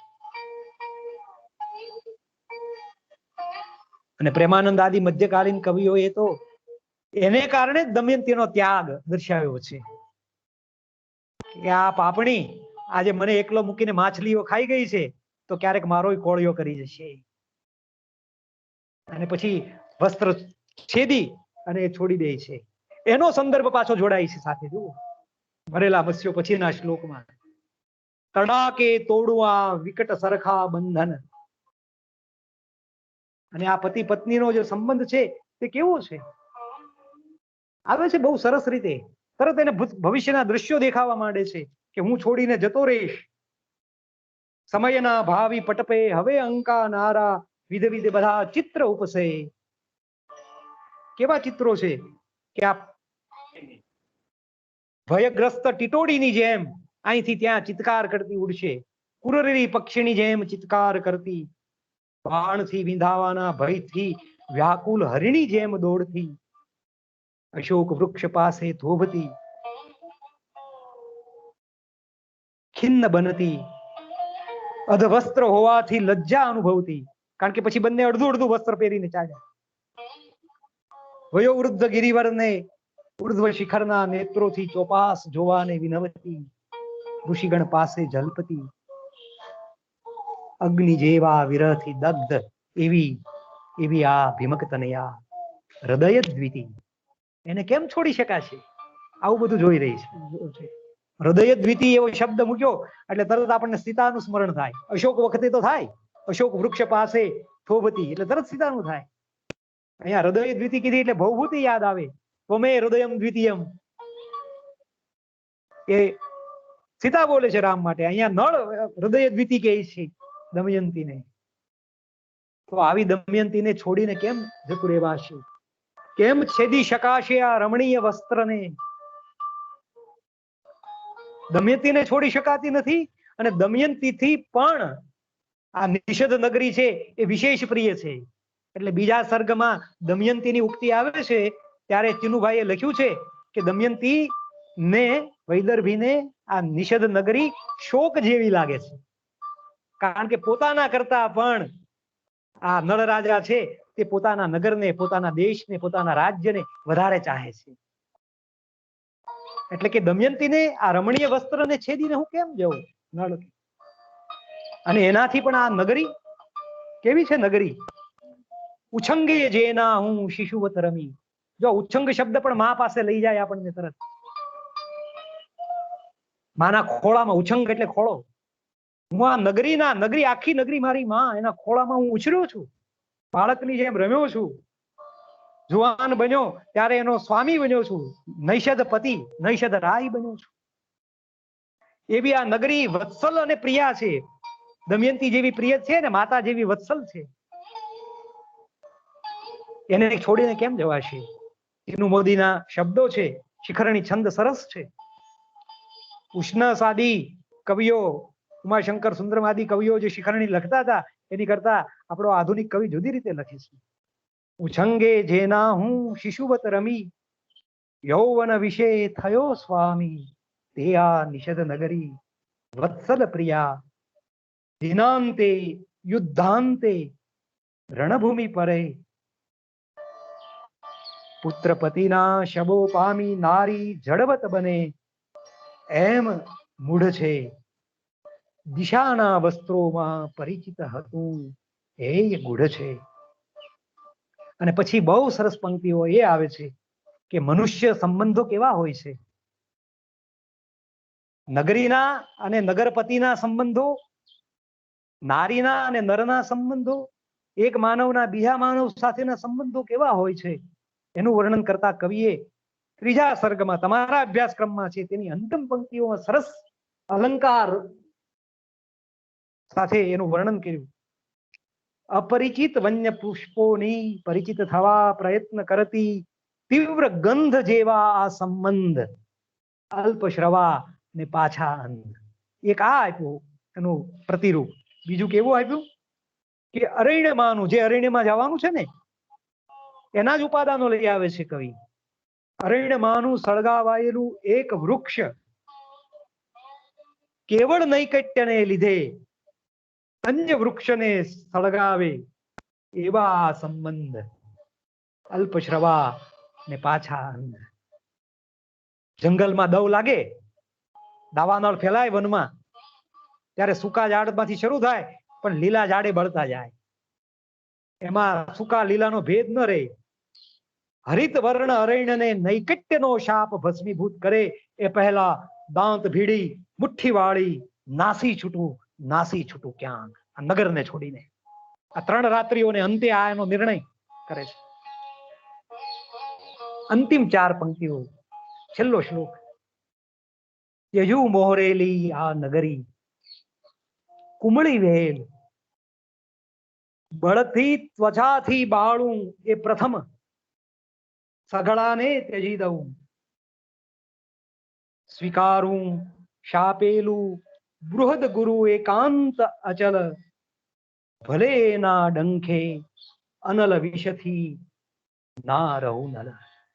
અદ્ભુત સમાપન કાવ્યનું કર્યું છે. અદ્ભુત. નગરીને છોડવાની તો વાત છે, પણ એની સાથે શું કીધું? બળતી ત્વચાથી બાળવું એ પ્રથમ.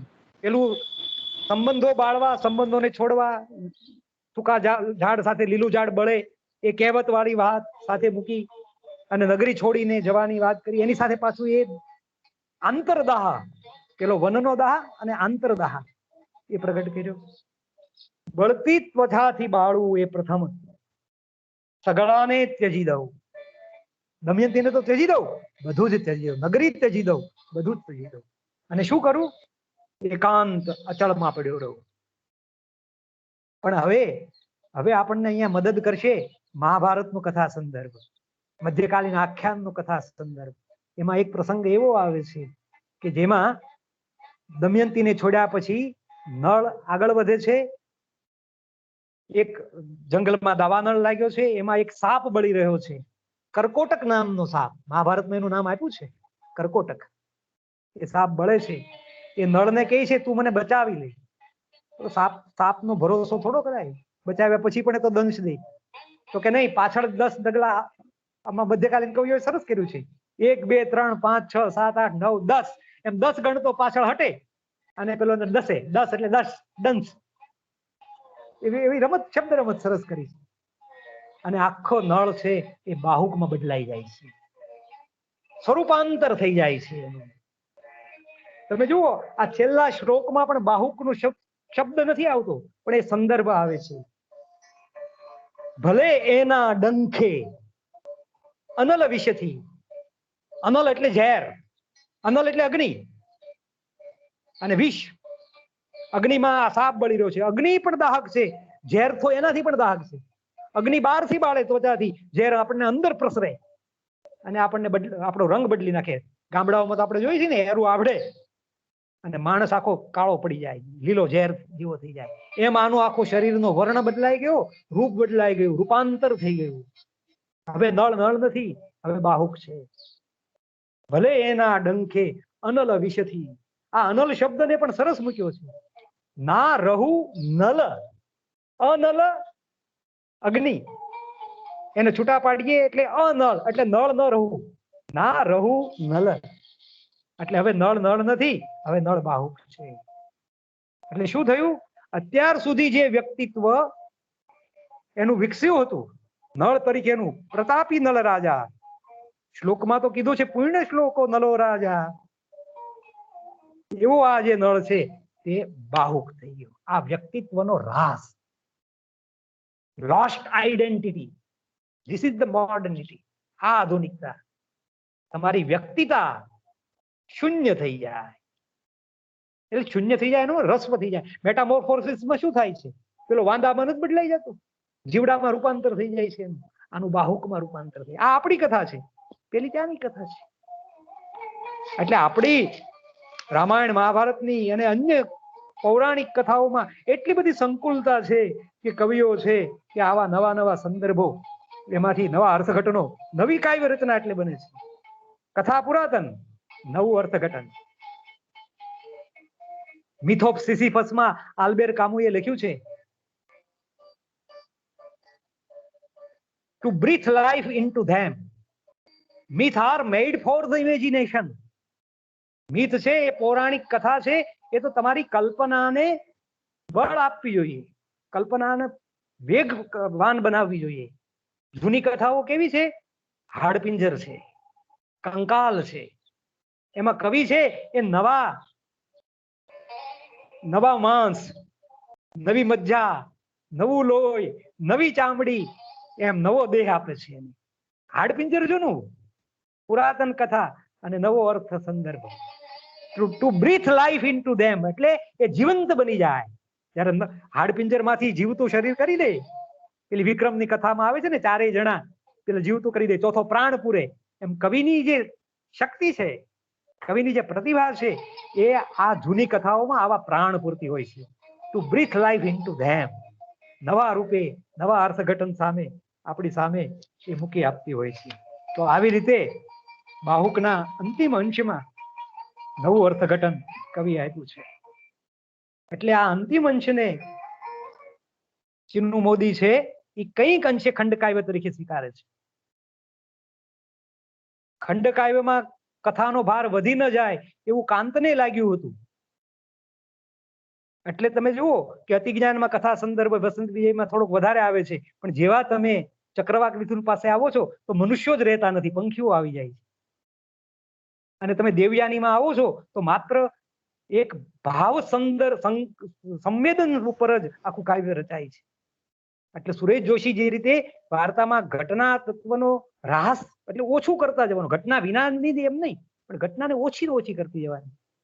ચિનુ મોદીએ ખંડકાવ્ય ઉપર પીએચડી કર્યું છે, સંશોધન કાર્ય કર્યું છે. ખંડકાવ્ય ઉદ્ભવ અને વિકાસ એવું એમનું પુસ્તક પણ છે. એને બધા જ ગુજરાતી ખંડકાવ્યોને તપાસ્યા છે. અને આ બધું જોતા એમને લાગ્યું કે હું પણ જયારે રચના કરું ત્યારે મારી રચનાઓ પણ કથાનો ભાર ન વધી જવો જોઈએ.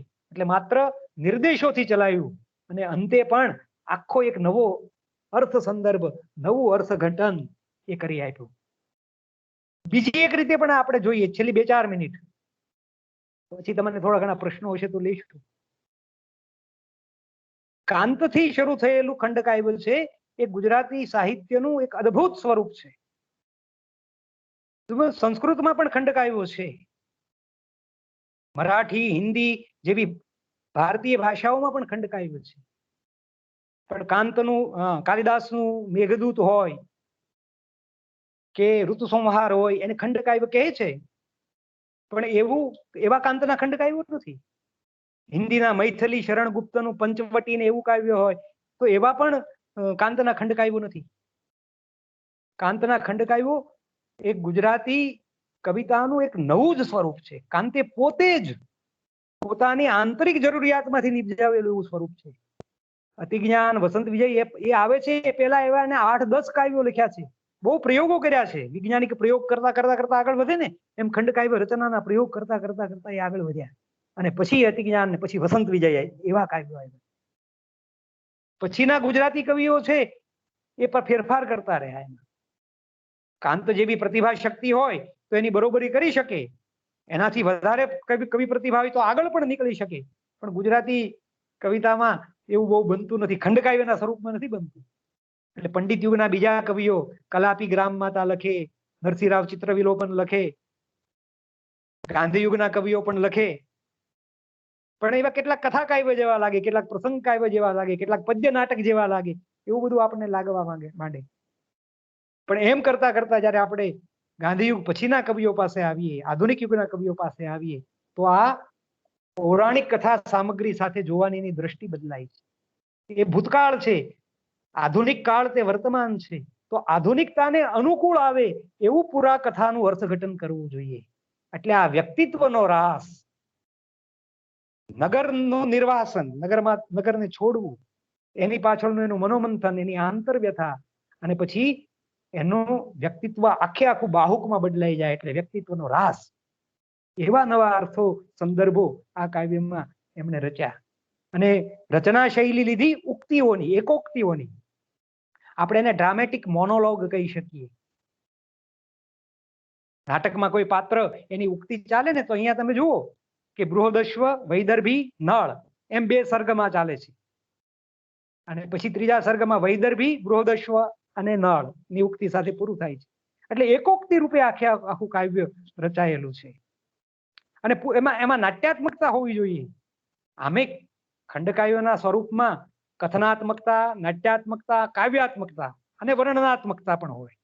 એ બધું આ કાવ્યમાં છે, પણ સવિશેષ નાટ્યાત્મકતા છે.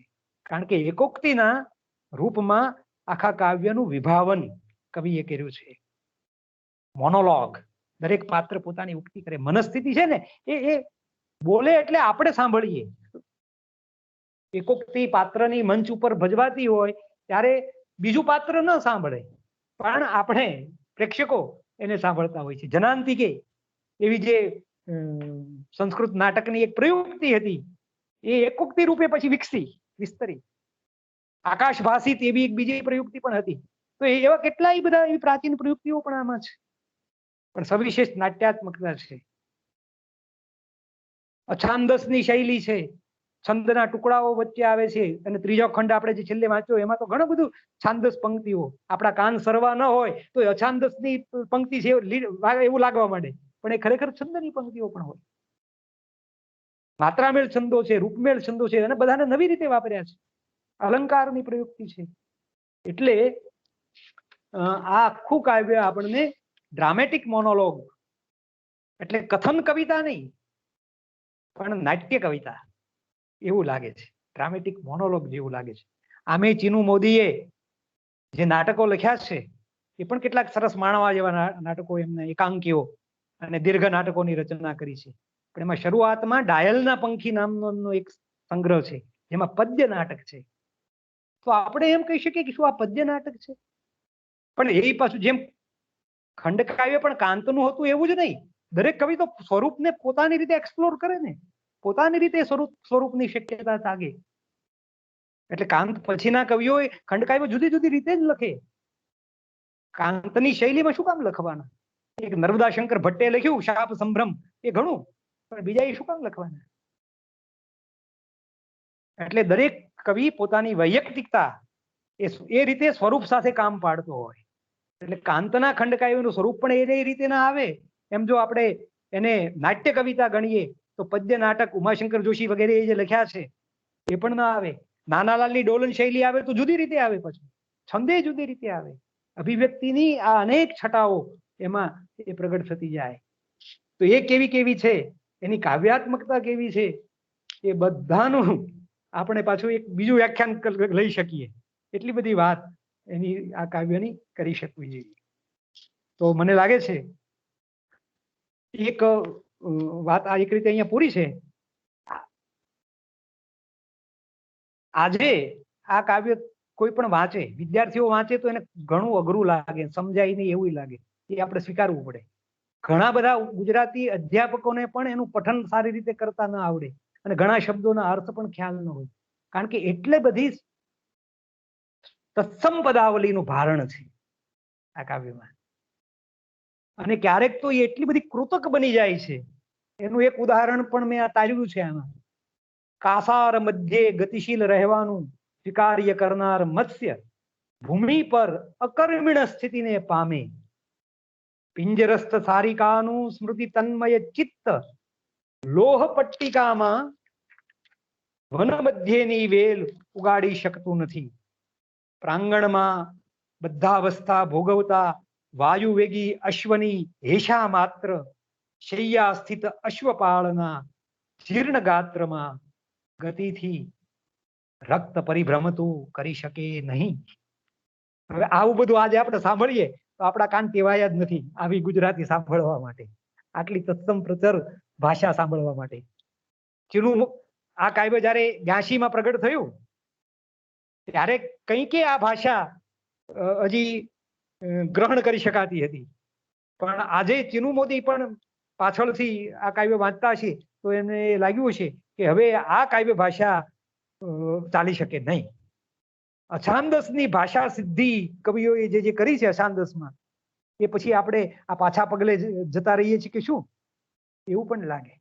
એટલે ગુજરાતી ભાષાની રીતે, આ કાવ્યની ગુજરાતીતાની રીતે થોડાક પ્રશ્નો પણ આપણા મનમાં ઉઠે. કાવ્યનો દીર્ઘ પટ છે એના પણ થોડાક પ્રશ્નો થાય, પણ આ દીર્ઘતા, દીર્ઘ સૂત્રતા એ પણ આપણે મનની માનેલી હોય છે. કેટલીક કૃતિ એવી આનાથી પણ લાંબી હોય તો આપણને લાંબી ન લાગે, અને કેટલીક સોનેટ કોઈ વાંચતું હોય તો આપણને બહુ લાંબુ લાગે, એવું બને.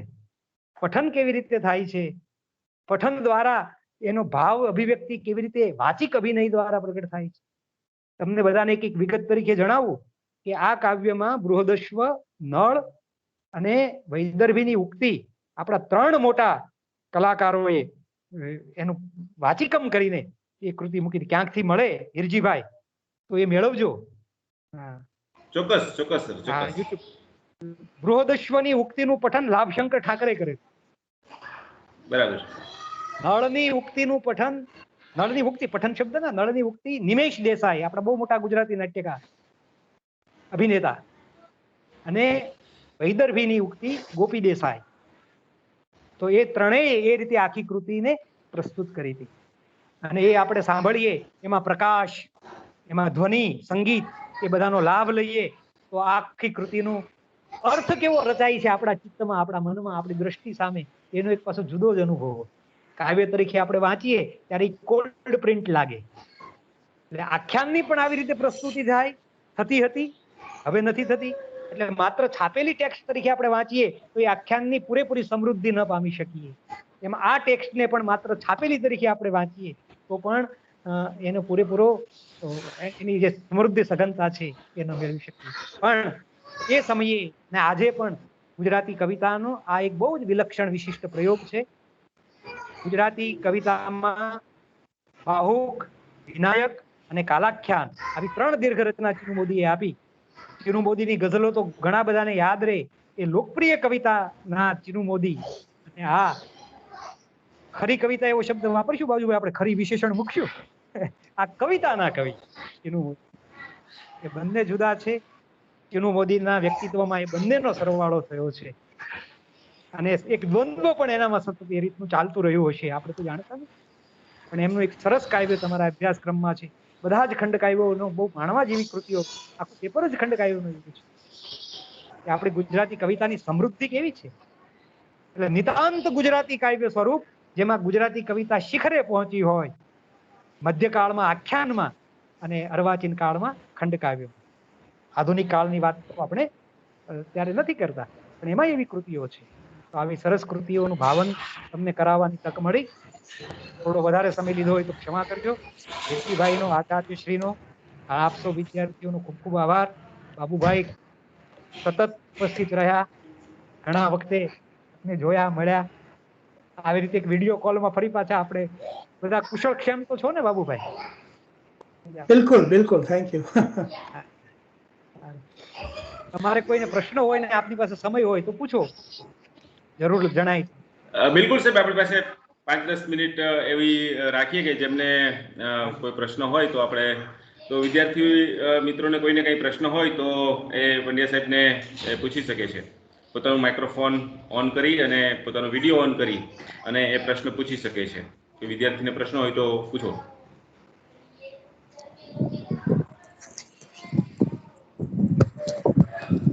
નમસ્કાર, સૌને વંદન. હું ભીખાભાઈ દેસાઈ ગુજરાત વિદ્યાપીઠથી છું. અને સાહેબ બોલતા હતા, ખૂબ સરસ વાત કરતા હતા. તો 2 બસ નીકળી પણ હું રોકાઈ રહ્યો. જે બાહુકને ખોલી બતાવ્યો આપણી સામે એકદમ સરળ ભાષાની અંદર, ને વિદ્યાર્થી બાહુકને વાંચશે ત્યારે કઈ કઈ દ્રષ્ટિએથી એને તપાસવું જોઈએ, એ બધા નવા આયામો એમણે આપણી સામે મૂક્યા. અને એમની વાતમાં પણ કેટલા બધા સંદર્ભો આવતા હતા. પછી કાફકાની એમણે મેટામોર્ફોસિસને પણ યાદ કરી અને ખૂબ મજા આવી. સરકારી કોલેજ રાણાવાવ અને સાહેબ રાજેશભાઈનો ખૂબ ખૂબ આભાર. અને આવા કાર્યક્રમો થતા રહે, અમને વિદ્યાર્થીઓને ખૂબ સૌને આભાર. ધન્યવાદ ભીખાભાઈ. મને એમ તમે તમારો પ્રતિભાવ વ્યક્ત કર્યો. નળ વનમાં પહેલી રાત્રિએ ન જતો રહ્યો, 3 રાત રોકાઈ ગયો, એમ તમે પણ રોકાઈ રહ્યા બસ છોડીને. વિદ્યાર્થીઓને કોઈને પ્રશ્ન હોય તો પૂછો. વિદ્યાર્થીઓને કોઈને પ્રશ્ન હોય તો પૂછો. અભિપ્રાય આપણે છેલ્લે લઈએ.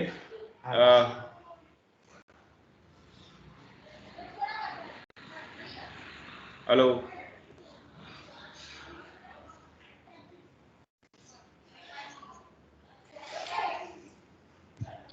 હાલો સર, અવાજ આવે છે?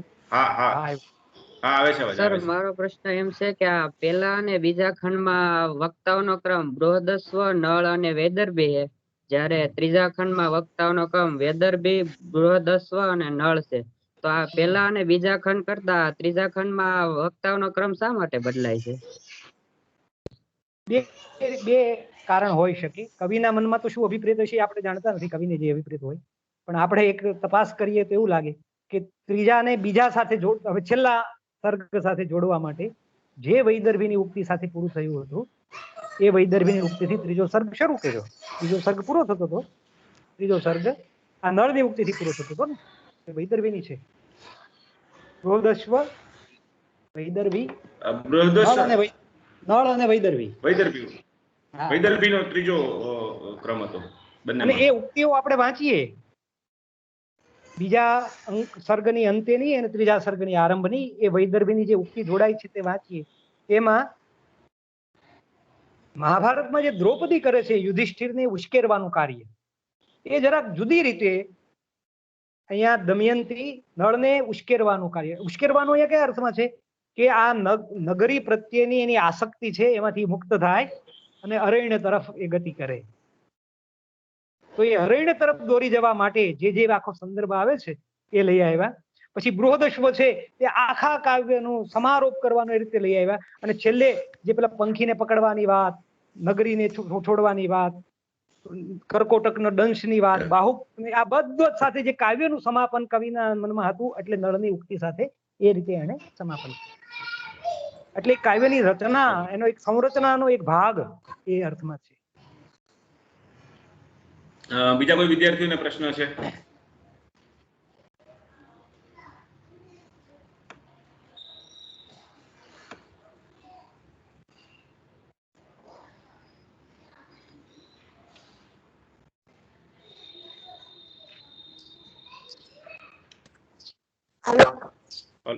હા હા, અવાજ આવે છે. આરતી બોલ. તો મારો પ્રશ્ન એમ છે કે પૌરાણિક પાત્રો હોય તો એ ઉત્તમ કાવ્ય બને, તો શું પૌરાણિક પાત્રો ન હોય તો એ ઉત્તમ ખંડ કાવ્ય ન બની શકે? કે એવા કોઈ ખંડ કાવ્ય છે કે જે પૌરાણિક પાત્રો વિના ઉત્તમ બન્યા હોય? ખંડ કાવ્યના જે લક્ષણો સ્વીકારવામાં આવ્યા એમાં ખ્યાત વૃત્ત, ખ્યાત એટલે પ્રખ્યાત, પ્રખ્યાત વૃત્ત કથાનક એ લેવામાં આવ્યું. બરાબર. પછી આપણે ત્યાં ખ્યાત કથાનકો વાળા ખંડ કાવ્યો કાંતે સારી રીતે લખ્યા એટલે એક ચીલો પડી ગયો જેની પર આગળના બધા કવિઓ ચાલ્યા. પણ તમે જુઓ કે ચક્રવાક મિથુનમાં પૌરાણિક પાત્ર નથી, એમાં કોઈ મનુષ્ય પાત્ર જ નથી, એમાં પંખીઓ છે. એ કવિ સમયને કવિએ લીધો છે. દિન થયે રેના હાથ મે ચકવી બેસે રોય, એવો જે આપણો દુહો છે, ચકવા ચકવી દિવસ આખો મળી શકે અને રાત્રે સૂર્યાસ્ત પછી એને છૂટા પડવું પડે, એક સમયનો આખો સંદર્ભ છે. અને આ બે પક્ષીઓ છે એને જ લઈને કાવ્યું. આ ક્યાં પૌરાણિક છે? આ નથી. કલાપીનું ગ્રામ માતા લો તો એ કથા જૂની છે ખરી, પણ એ પુરાણ કથા નથી. પેલી બીજે તમે આમાં પણ જોઈ શકશો, ચિત્ર વિલોપનની કથા છે તે કાલ્પનિક છે. કાંતે પણ રમા નામનું ખંડ કાવ્ય લખ્યું છે એ તદ્દન કાલ્પનિક કથા ઉપર છે. પણ એમને એમ લાગ્યું કે પૌરાણિક કથાઓ વધારે આવશે, કારણ કે બે વસ્તુ છે એમાં બેન, આરતીબેન, કે એક તો પ્રખ્યાત કથાનક છે એટલે કથાને બહુ કેવી નહીં પડે, કથા બધા જાણતા જ હશે, તો કથાના નવા અર્થઘટન માટેની એક શક્યતા વધારે એમાં પટ મોટો મળશે. આ એક કારણ છે. અને બીજું એ કે આપણા પૌરાણિક કથાનકો છે એ એટલા બધા સંકુલ છે, અર્થ સંકુલ, કે જુદા જુદા સમયે જુદા જુદા કવિ એનું જુદું જુદું વાચન કરી શકે, એનું જુદું જુદું રીડિંગ, એટલે કે એનું જુદું જુદું નવો અર્થ એમાંથી પામી શકે અને પોતાની કવિ પ્રતિભાના બળે અથવા નાટક લખતા હોય તો નાટકમાં એનો એ નવી અર્થ રચના, એના નવા અર્થનું રૂપ આપી શકે. એ સંભાવના જેટલી કાલ્પનિક કથાઓમાં ન હોય એટલી પૌરાણિક કથાઓમાં, એટલી બધી એ અર્થમાં સંકુલ છે કથાનકો. પુરાણ કથાનકો એટલા બધા કોમ્પેક્ટ છે કે તમે નવી દ્રષ્ટિથી એનો નવો અર્થ પકડો અને તમે એક નવા કાવ્ય તમારી માટે ખુલી જાય, જો પ્રતિભા કાવ્ય સર્જનની શક્તિ હોય તો. એટલે પૌરાણિક કથાઓ આપણે ત્યાં વિશેષ પ્રયોજાય છે. અને માત્ર ખંડકાવ્યમાં જ છે એવું નહીં, કેટલી નવલકથાઓમાં પુરાણ કથા છે, વાર્તામાં છે. આપણે બીજા સ્વરૂપની પણ જોઈએ તો ખ્યાલ આવે, નાટકમાં છે, પુરાણ કથા આધારિત નાટકો પણ છે. જુદા અર્થ સંદર્ભો સાથે એમાં જે શક્યતા ખોલી આપતા હોય છે. અનેક નવી શક્યતાઓ, કવિની સર્જકતાને માર્ગ મળે, મોકળી થાય એ માટે. ઓકે, બીજા કોઈને છેલ્લો પ્રશ્ન કોઈને પૂછવો હોય તો પૂછી શકો છો. જી સર, મારો પ્રશ્ન એ છે કે હેલો, નમસ્તે સર. આરતીબેન ને કહું કે એભલ વાળો જે ખંડકાવ્ય છે આમાં મુકાયેલું, અભ્યાસમાં તમે રાખ્યું હોય કે નહીં ખબર નહીં, એમાં લોકકથા છે. હા, એમાં પુરાણ કથા નથી, લોકકથા છે. હા બોલો બેન, હવે એનો પ્રશ્ન. હા, ખુશ્બુ. નમસ્તે સર, હું ચેતનાબા જાડેજા બોલું છું, માંડવી કચ્છથી. સર, મને એક એ પ્રશ્ન હતો કે નળ રાજા જ્યારે દમયંતીનો ત્યાગ કરવાનું મનમાં વિચારે છે અને એ વખતે એક શબ્દ આવ્યો ક્ષણજીવી સંબંધો, એટલે ક્યાંક નળ મુખે કવિ પોતે પ્રતિબિંબિત થાય છે એવી વાત આપણે સ્વીકારી શકીએ? કારણ કે ચીનુ મોદી સાહેબનું પોતાનું જીવન પણ આપણે જ્યારે ધ્યાનમાં લઈએ કે બીજા લગ્ન, ઇસ્લામ ધર્મનો સ્વીકાર, પછી માત્ર એકાદ દિવસ પૂરતું આટલું બધું તમે કવિ સાથે ના જોડો. ચીનુ મોદી છે, કલાપી નથી. કલાપીની કવિતાને જેટલી કવિ સાથે, કવિના અંગત જીવન સાથે જોડી શકાય એટલી સંભાવના આપણે બીજે બધા માટે નહીં વિચારવાની. આ શું છે, એવો ભયસ્થાન હોય, બૃહદશ્વનું પાત્ર એને ન મૂક્યું હોત અને ખાલી કથક રાખ્યો હોત તો કથક અને કવિને એક માની લઈએ તો આ બધી મુશ્કેલી ઊભી થાય. એટલે એને કેરેક્ટર મૂક્યું છે તમે બૃહદશ્વનું, મૂળમાંથી લઈને જે કથા સંદર્ભોને. પણ નળ હોય કે ચીનુ મોદી હોય કે આજના જમાનામાં કોઈ પણ હોય, આપણા જે માનવીય સંબંધો છે એ માનવીય સંબંધો બહુ સંકટ હોય છે. એક અર્થમાં ફટકિયા મોતી જેવા પણ હોય, પટકણા પણ હોય છે. ક્યારે ભટકી જાય એ ખબર ના પડે. હૃદયની સંવેદનશીલતા તીવ્ર હોય તો એક નાની વાતથી પણ દુઃખ લાગે, સાદો શબ્દ પણ મેણા લાગી જાય. એટલે કાકરીના માર્યા તો ન મરીએ પણ મેણાના માર્યા મરી જઈએ એવું થાય આપણને. એટલે આપણા હૃદયની જે સંવેદનશીલતા છે એ સંવેદનશીલતામાં આવું તુમુલ છે એ સતત ચાલ્યા કરતું હોય છે. મૂળ કથાનકમાં તો દમયંતીને છોડવાનો આખો સંદર્ભ છે જ. એટલે એ કહે છે કે માનવીય સંબંધો અલ્પશ્રવા અને પાછા અંધ હોય છે. અલ્પશ્રવા એટલે ઓછું સાંભળનારા અને અંધ એટલે સત્યને નહીં જોઈ શકનારા. અને એ પ્રેમને કારણે જ સૂકું ઝાડ છે, લીલા ઝાડને શું કામ બાળે છે? નિકટ છે એટલે બળે છે સૂકું ઝાડ, બરોબર, પણ એની ઝાડ લાગવાની છે લીલા ઝાડને. એ આખે આખું નહીં બળે તો કાળું તો થઈ જ જવાનું છે, એની લીલાશ તો કાળી પડી જવાની છે. એટલે એક વ્યક્તિને દુઃખ થાય તો એમ બીજીને થવાનું જ છે. હજુ આ છે એમાં એ આખો સંદર્ભ છે. હરિત વર્ણ હરિણને નૈકટ્યનો શાપ ભસ્મીભૂત કરે. એટલે આ નિકટતા છે ને એ જ હૃદયની સંવેદનશીલતા છે. આ હરિત વર્ણ શું છે? નહીં તો લીલું છે એટલે રસ છે, હરિત છે. અને લીલું ક્યારે રહી છે? હૃદય ભાવ બધી ભર્યું હોય છે ત્યારે રહી છે. અને હૃદય ભાવ ભર્યું હોય છે એટલે બીજા એકનું દુઃખ બીજાને લાગે છે. દુઃખ તો એક જ વ્યક્તિ, તમે પતિ પત્નીમાં એકને જ દુઃખ થયું હોય તો બીજાને કેમ લાગે છે? માતા અને પુત્રમાં એકને જ દુઃખ થયું હોય તો બીજાને કેમ લાગે? કારણ કે માનવીય સંબંધો આવા છે, એકનું દુઃખ બીજાને લાગે છે. સૂકું ઝાડ બળે એની ઝાડ લીલા નહીં બાળે એની. એટલે એવો અર્થ પણ લઈ શકીએ છીએ. પણ બહુ કવિઓના જીવનનું આરોપણ ન કરવું કાયદો.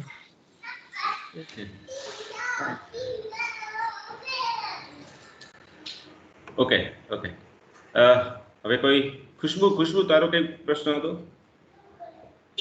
હા સર, મારો પ્રશ્ન એ હતો કે આ કાવ્યને હિરજીભાઈ સંભળાયું નહીં. હિરજીભાઈ શું કીધું? ખુશ્બુ એ મને પણ નથી સંભળાતું. એનો અવાજ કદાચ નહીં આવ્યો. ખુશ્બુ પાછું બોલજો. ખુશ્બુ સર, મારો પ્રશ્ન એ હતો કે આ ખંડકાવ્યને બાહુ કેમ આપવામાં આવ્યું? શીર્ષક વિશે કઈક પૂછે છે સાહેબ. શીર્ષક, હા, એટલે બધું શીર્ષક સિવાય આખા કાવ્યમાં ક્યાંય બાહુક શબ્દ પણ નથી આવતો. એ મેં તમે કીધું એ સાંભળ્યું છે, બરોબર. છેલ્લે આપણે જે શ્લોક વાંચ્યા, ભલે એના ડંખે અનલ વિષથી ના રહું નલ, એમાં શ્લેષ છે અનલ નલનો, અને શાબ્દી વ્યંજના પણ છે. મુમ્મટ કહે છે શાબ્દી વ્યંજના. એટલે એ બાહુકનો સંકેત કરી દે છે, આખો અર્થ પકડાય છે. નળનું જે રૂપ હતું સુંદર, જેના ગુણ સાંભળીને દમયંતી મોહિત થઈ હતી, દમયંતીના રૂપને નારદ પાસે સાંભળીને નળ મોહિત થયો હતો. હંસ એનો દૂત બનીને જાય છે અને નળની પ્રશંસા કરે છે, એટલે દમયંતી મોહિત, એકબીજાને જોયા નથી પણ એકબીજાના પ્રેમ પડી ગયા છે. એવા રૂપ અને ગુણમાં બંને છે. એવો રૂપાળો રાજા, એવો ગુણવાન રાજા બાહુક બની ગયો છે. એટલે એનું જે આ વ્યક્તિત્વ છે રૂપ ગુણ વાળું, પૂર્ણ શ્લોક વ્યક્તિત્વ છે, પૂર્ણ શ્લોક નો રાજા એ બાહુક થઈ ગયું. વ્યક્તિત્વનો રાસ બાહુક શીર્ષક દ્વારા શું સૂચવવા માંડે છે? એ ઘટનાનું વર્ણન નથી કર્યું, નિર્દેશિત કર્યો છે. કાંઈ બાહુક શબ્દ નથી. કવિનો સંયમ તો જુઓ તમે. બીજા કવિઓ હોય તો બાહુકનું કથા કાવ્ય લખી નાખે, પણ અહીંયા સંકેતથી બતાવી આધુનિક જીવનમાં મનુષ્યનું વ્યક્તિત્વ કેવી રીતે રસ્વ બની જતું હોય છે. કેવો મોટો રાજા અને કેવો બાહુક થઈ ગયો. કુબડો, બાહુક એટલે કુબડો, કદરૂપો, જેને જોઈને બધા ભાગવા મળે છે. એ જયારે અયોધ્યામાં ઋતુપર્ણ રાજાને ત્યાં જાય છે ને, ત્યારે બધા એને જોઈને બી જાય છે, ભાગે છે. એવો કુબડો રાજા થઈ. આ વ્યક્તિત્વનો રાસ છે, એ બતાવવું છે કવિ, એટલે શીર્ષક રાખ્યું છે બાહુક. એ જ આધુનિક, એ કાવ્યનું રહસ્ય છે. મેં તમને અગાઉ કીધું છે.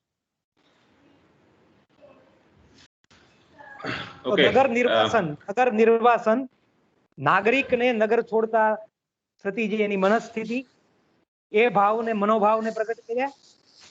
નગરથી અરણ્ય તરફની ગતિ, પણ અરણ્યમાં સુંદર, તમે જો રામને વનમાં જવું ગમે છે, યુધિષ્ઠિરને જુગારને કારણે વનમાં જવું કેટલેક અંશે સ્વીકારી લે છે. બીજા પાંડવો નથી સ્વીકારતા, દ્રૌપદી નથી સ્વીકારતી, યુધિષ્ઠિર સ્વીકારી લે. પણ નળને વનમાં, નગર છોડીને જવું ગમતું જ નથી. એટલે નાગરિકની જે મનસ્થિતિ છે એ પણ આધુનિક સંદર્ભ, અને વ્યક્તિત્વનો રાસ એ પણ બીજો. આ બે ને કવિએ કેન્દ્ર રહે. આ નવી અર્થ સંકલ્પ. ઓકે, છેલ્લે હા, આ વસંત ઋતુ ચાલે છે. કાલિદાસ વસંત ઋતુનું વર્ણન કરતા લખે, દ્રુમાસ પુષ્પા સલિલમ પદ્મમ પ્રિય સકામ પવન સુગંધી સુખા પ્રદોષા દિવસાશ્ચ રમ્યા સર્વમ પ્રિયે ચારુતરમ વસંતે. ઋતુ સંહારમાં એ આવે છે કાલિદાસ. પણ વસંતમાં તડકા કેટલા બધા થવા માંડ્યા છે, એટલે અત્યારે ઉનાળો આવી ગયો હોય ને એવું આપણને લાગે. એટલે કાલિદાસની જેમ આપણી ભાષાના અર્વાચીન, આધુનિક તો નહીં પણ અર્વાચીન કવિ રવિન્દ્રનાથ કાલિદાસના જ વારસ, એને ઉનાળાનું, ગ્રીષ્મનું વર્ણન કરતા લખ્યું છે, દારૂણ અગ્નિ બાણે રે.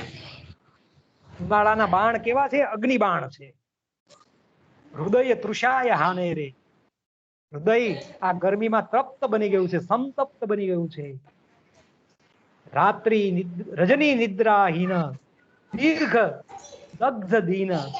હવે રાતે ગરમી લાગવા માંડી છે, ખૂબ ઊંઘ આવતી નથી. ઉનાળો જેમ જેમ આગળ જશે, ફાગણ પછી ચૈત્ર, હોળી પછી તમે જુઓ વૈશાખના તાપ, અને આરામ નહીં જાને રે. તો આવા ઉનાળાના દિવસોમાં આખી સૃષ્ટિ સંતપ્ત બની ગઈ છે. સૃષ્ટિના માનવીઓ એના મન સંતપ્ત બની ગયા છે. એવા વર્તમાનમાં કવિની જે સૃષ્ટિ છે, આ બ્રહ્માની સૃષ્ટિ, એની સામે જે કવિની સૃષ્ટિ છે, એનું મોદીનું બાહુક છે, કાલિદાસ છે, આ બધા કવિઓ, કવિની સૃષ્ટિમાં જ આપણને કંઈક શીતળતા મળે છે. એટલે આજે રવિવારની રજા હોવા છતાં એ બધાએ 1.5-2 કલાકનો સમય કાઢ્યો અને આ સાંભળ્યો. મને માનું છું કે તમને બધાને તમારો સમય બગડ્યો નહીં હોય એવું લાગતું હશે. ના, બિલકુલ સાહેબ, આ સમય બગડ્યો નથી અને સુધરો છે. તો આમ તો જેટલી વાત કરવાની હતી એ બહુ વિસ્તારથી આપણે વાત કરી છે. કઈ રીતે પૌરાણિક સંદર્ભ એ આજના સંદર્ભમાં આપણે લાગુ પડે છે, વ્યક્તિત્વનો હ્રાસ, નગર સંવેદના, આ બધા. અને એમાં સાહેબે પોતાનું ઉદાહરણ પણ આપ્યું કે ભાઈ આ વડોદરા છોડવું પડે તો કેવી પીડા થાય. તો એ સમયે નળને પોતાનું શહેર, પોતાનું ગામ એ છોડીને ઈચ્છા નથી છતાંય છોડવું પડે તો કેવી પીડા થઈ હતી. તો આ બહુ વિસ્તારથી સાહેબે ઊંડાણપૂર્વક આ આખા કાવ્યને એક ખોલી આપ્યું. આ રીતે અમારું આમંત્રણ સ્વીકાર્યું સાહેબ આપે, અને આપે 1.5 કલાકની વાત કરી હતી એના બદલે 1.5-2 કલાક સુધી આપણે વાત કરી. એ માટે આપનો ખૂબ હૃદયથી આભાર માનું છું. અને ગુજરાતની ઘણા બધા વિસ્તારમાંથી એ અધ્યાપકો જોડાયા, વિદ્યાર્થીઓ જોડાયા. એમનો પણ આ તકે સરકારી બિનિયન કોલેજ રાણાવાવ વતી હું આભારની લાગણી વ્યક્ત કરું છું. અને અહીંયા આ કાર્યક્રમ હા કેતન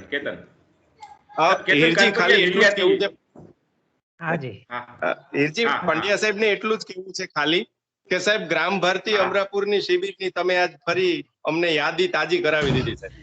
થેન્ક યુ. શરૂઆત જ ત્યાંથી કરી હતી. કેતન તુગરાજ મોડો જરાક જોઈન્ટ થયો હતો, પણ સાહેબને ત્યારથી જ યાદ કર્યું કે એ ગ્રામ ભારતી અમરાપુરથી સાહેબને એ સાંભળીએ છીએ અને સાહેબ સાથેનો અમારા પ્રત્યેનો પ્રેમ કે એમણે આ અમારું આમંત્રણ સ્વીકાર્યું અને સરસ મજાનું વ્યાખ્યાન, રસપ્રદ વ્યાખ્યાન આપ્યું. અને સાહેબ ટૂંક સમયમાં તમને આમની એક યુટ્યુબની લિંક પણ હું મોકલીશ, જેથી કરીને આખું વ્યાખ્યાન આપણે રેકોર્ડ પણ કર્યું છે. Thank you. ખૂબ આભાર આપ સૌનો, વિદ્યાર્થીઓ, હિરજીભાઈ, આચાર્ય સાહેબ, બાબુભાઈનો સવિશેષ હૃદયપૂર્વક આભાર. સૌ વિદ્યાર્થી મિત્રોનો આભાર. ફરી ક્યારેક મળીશું પાછા. ચોક્કસ ભલે. નમસ્કાર.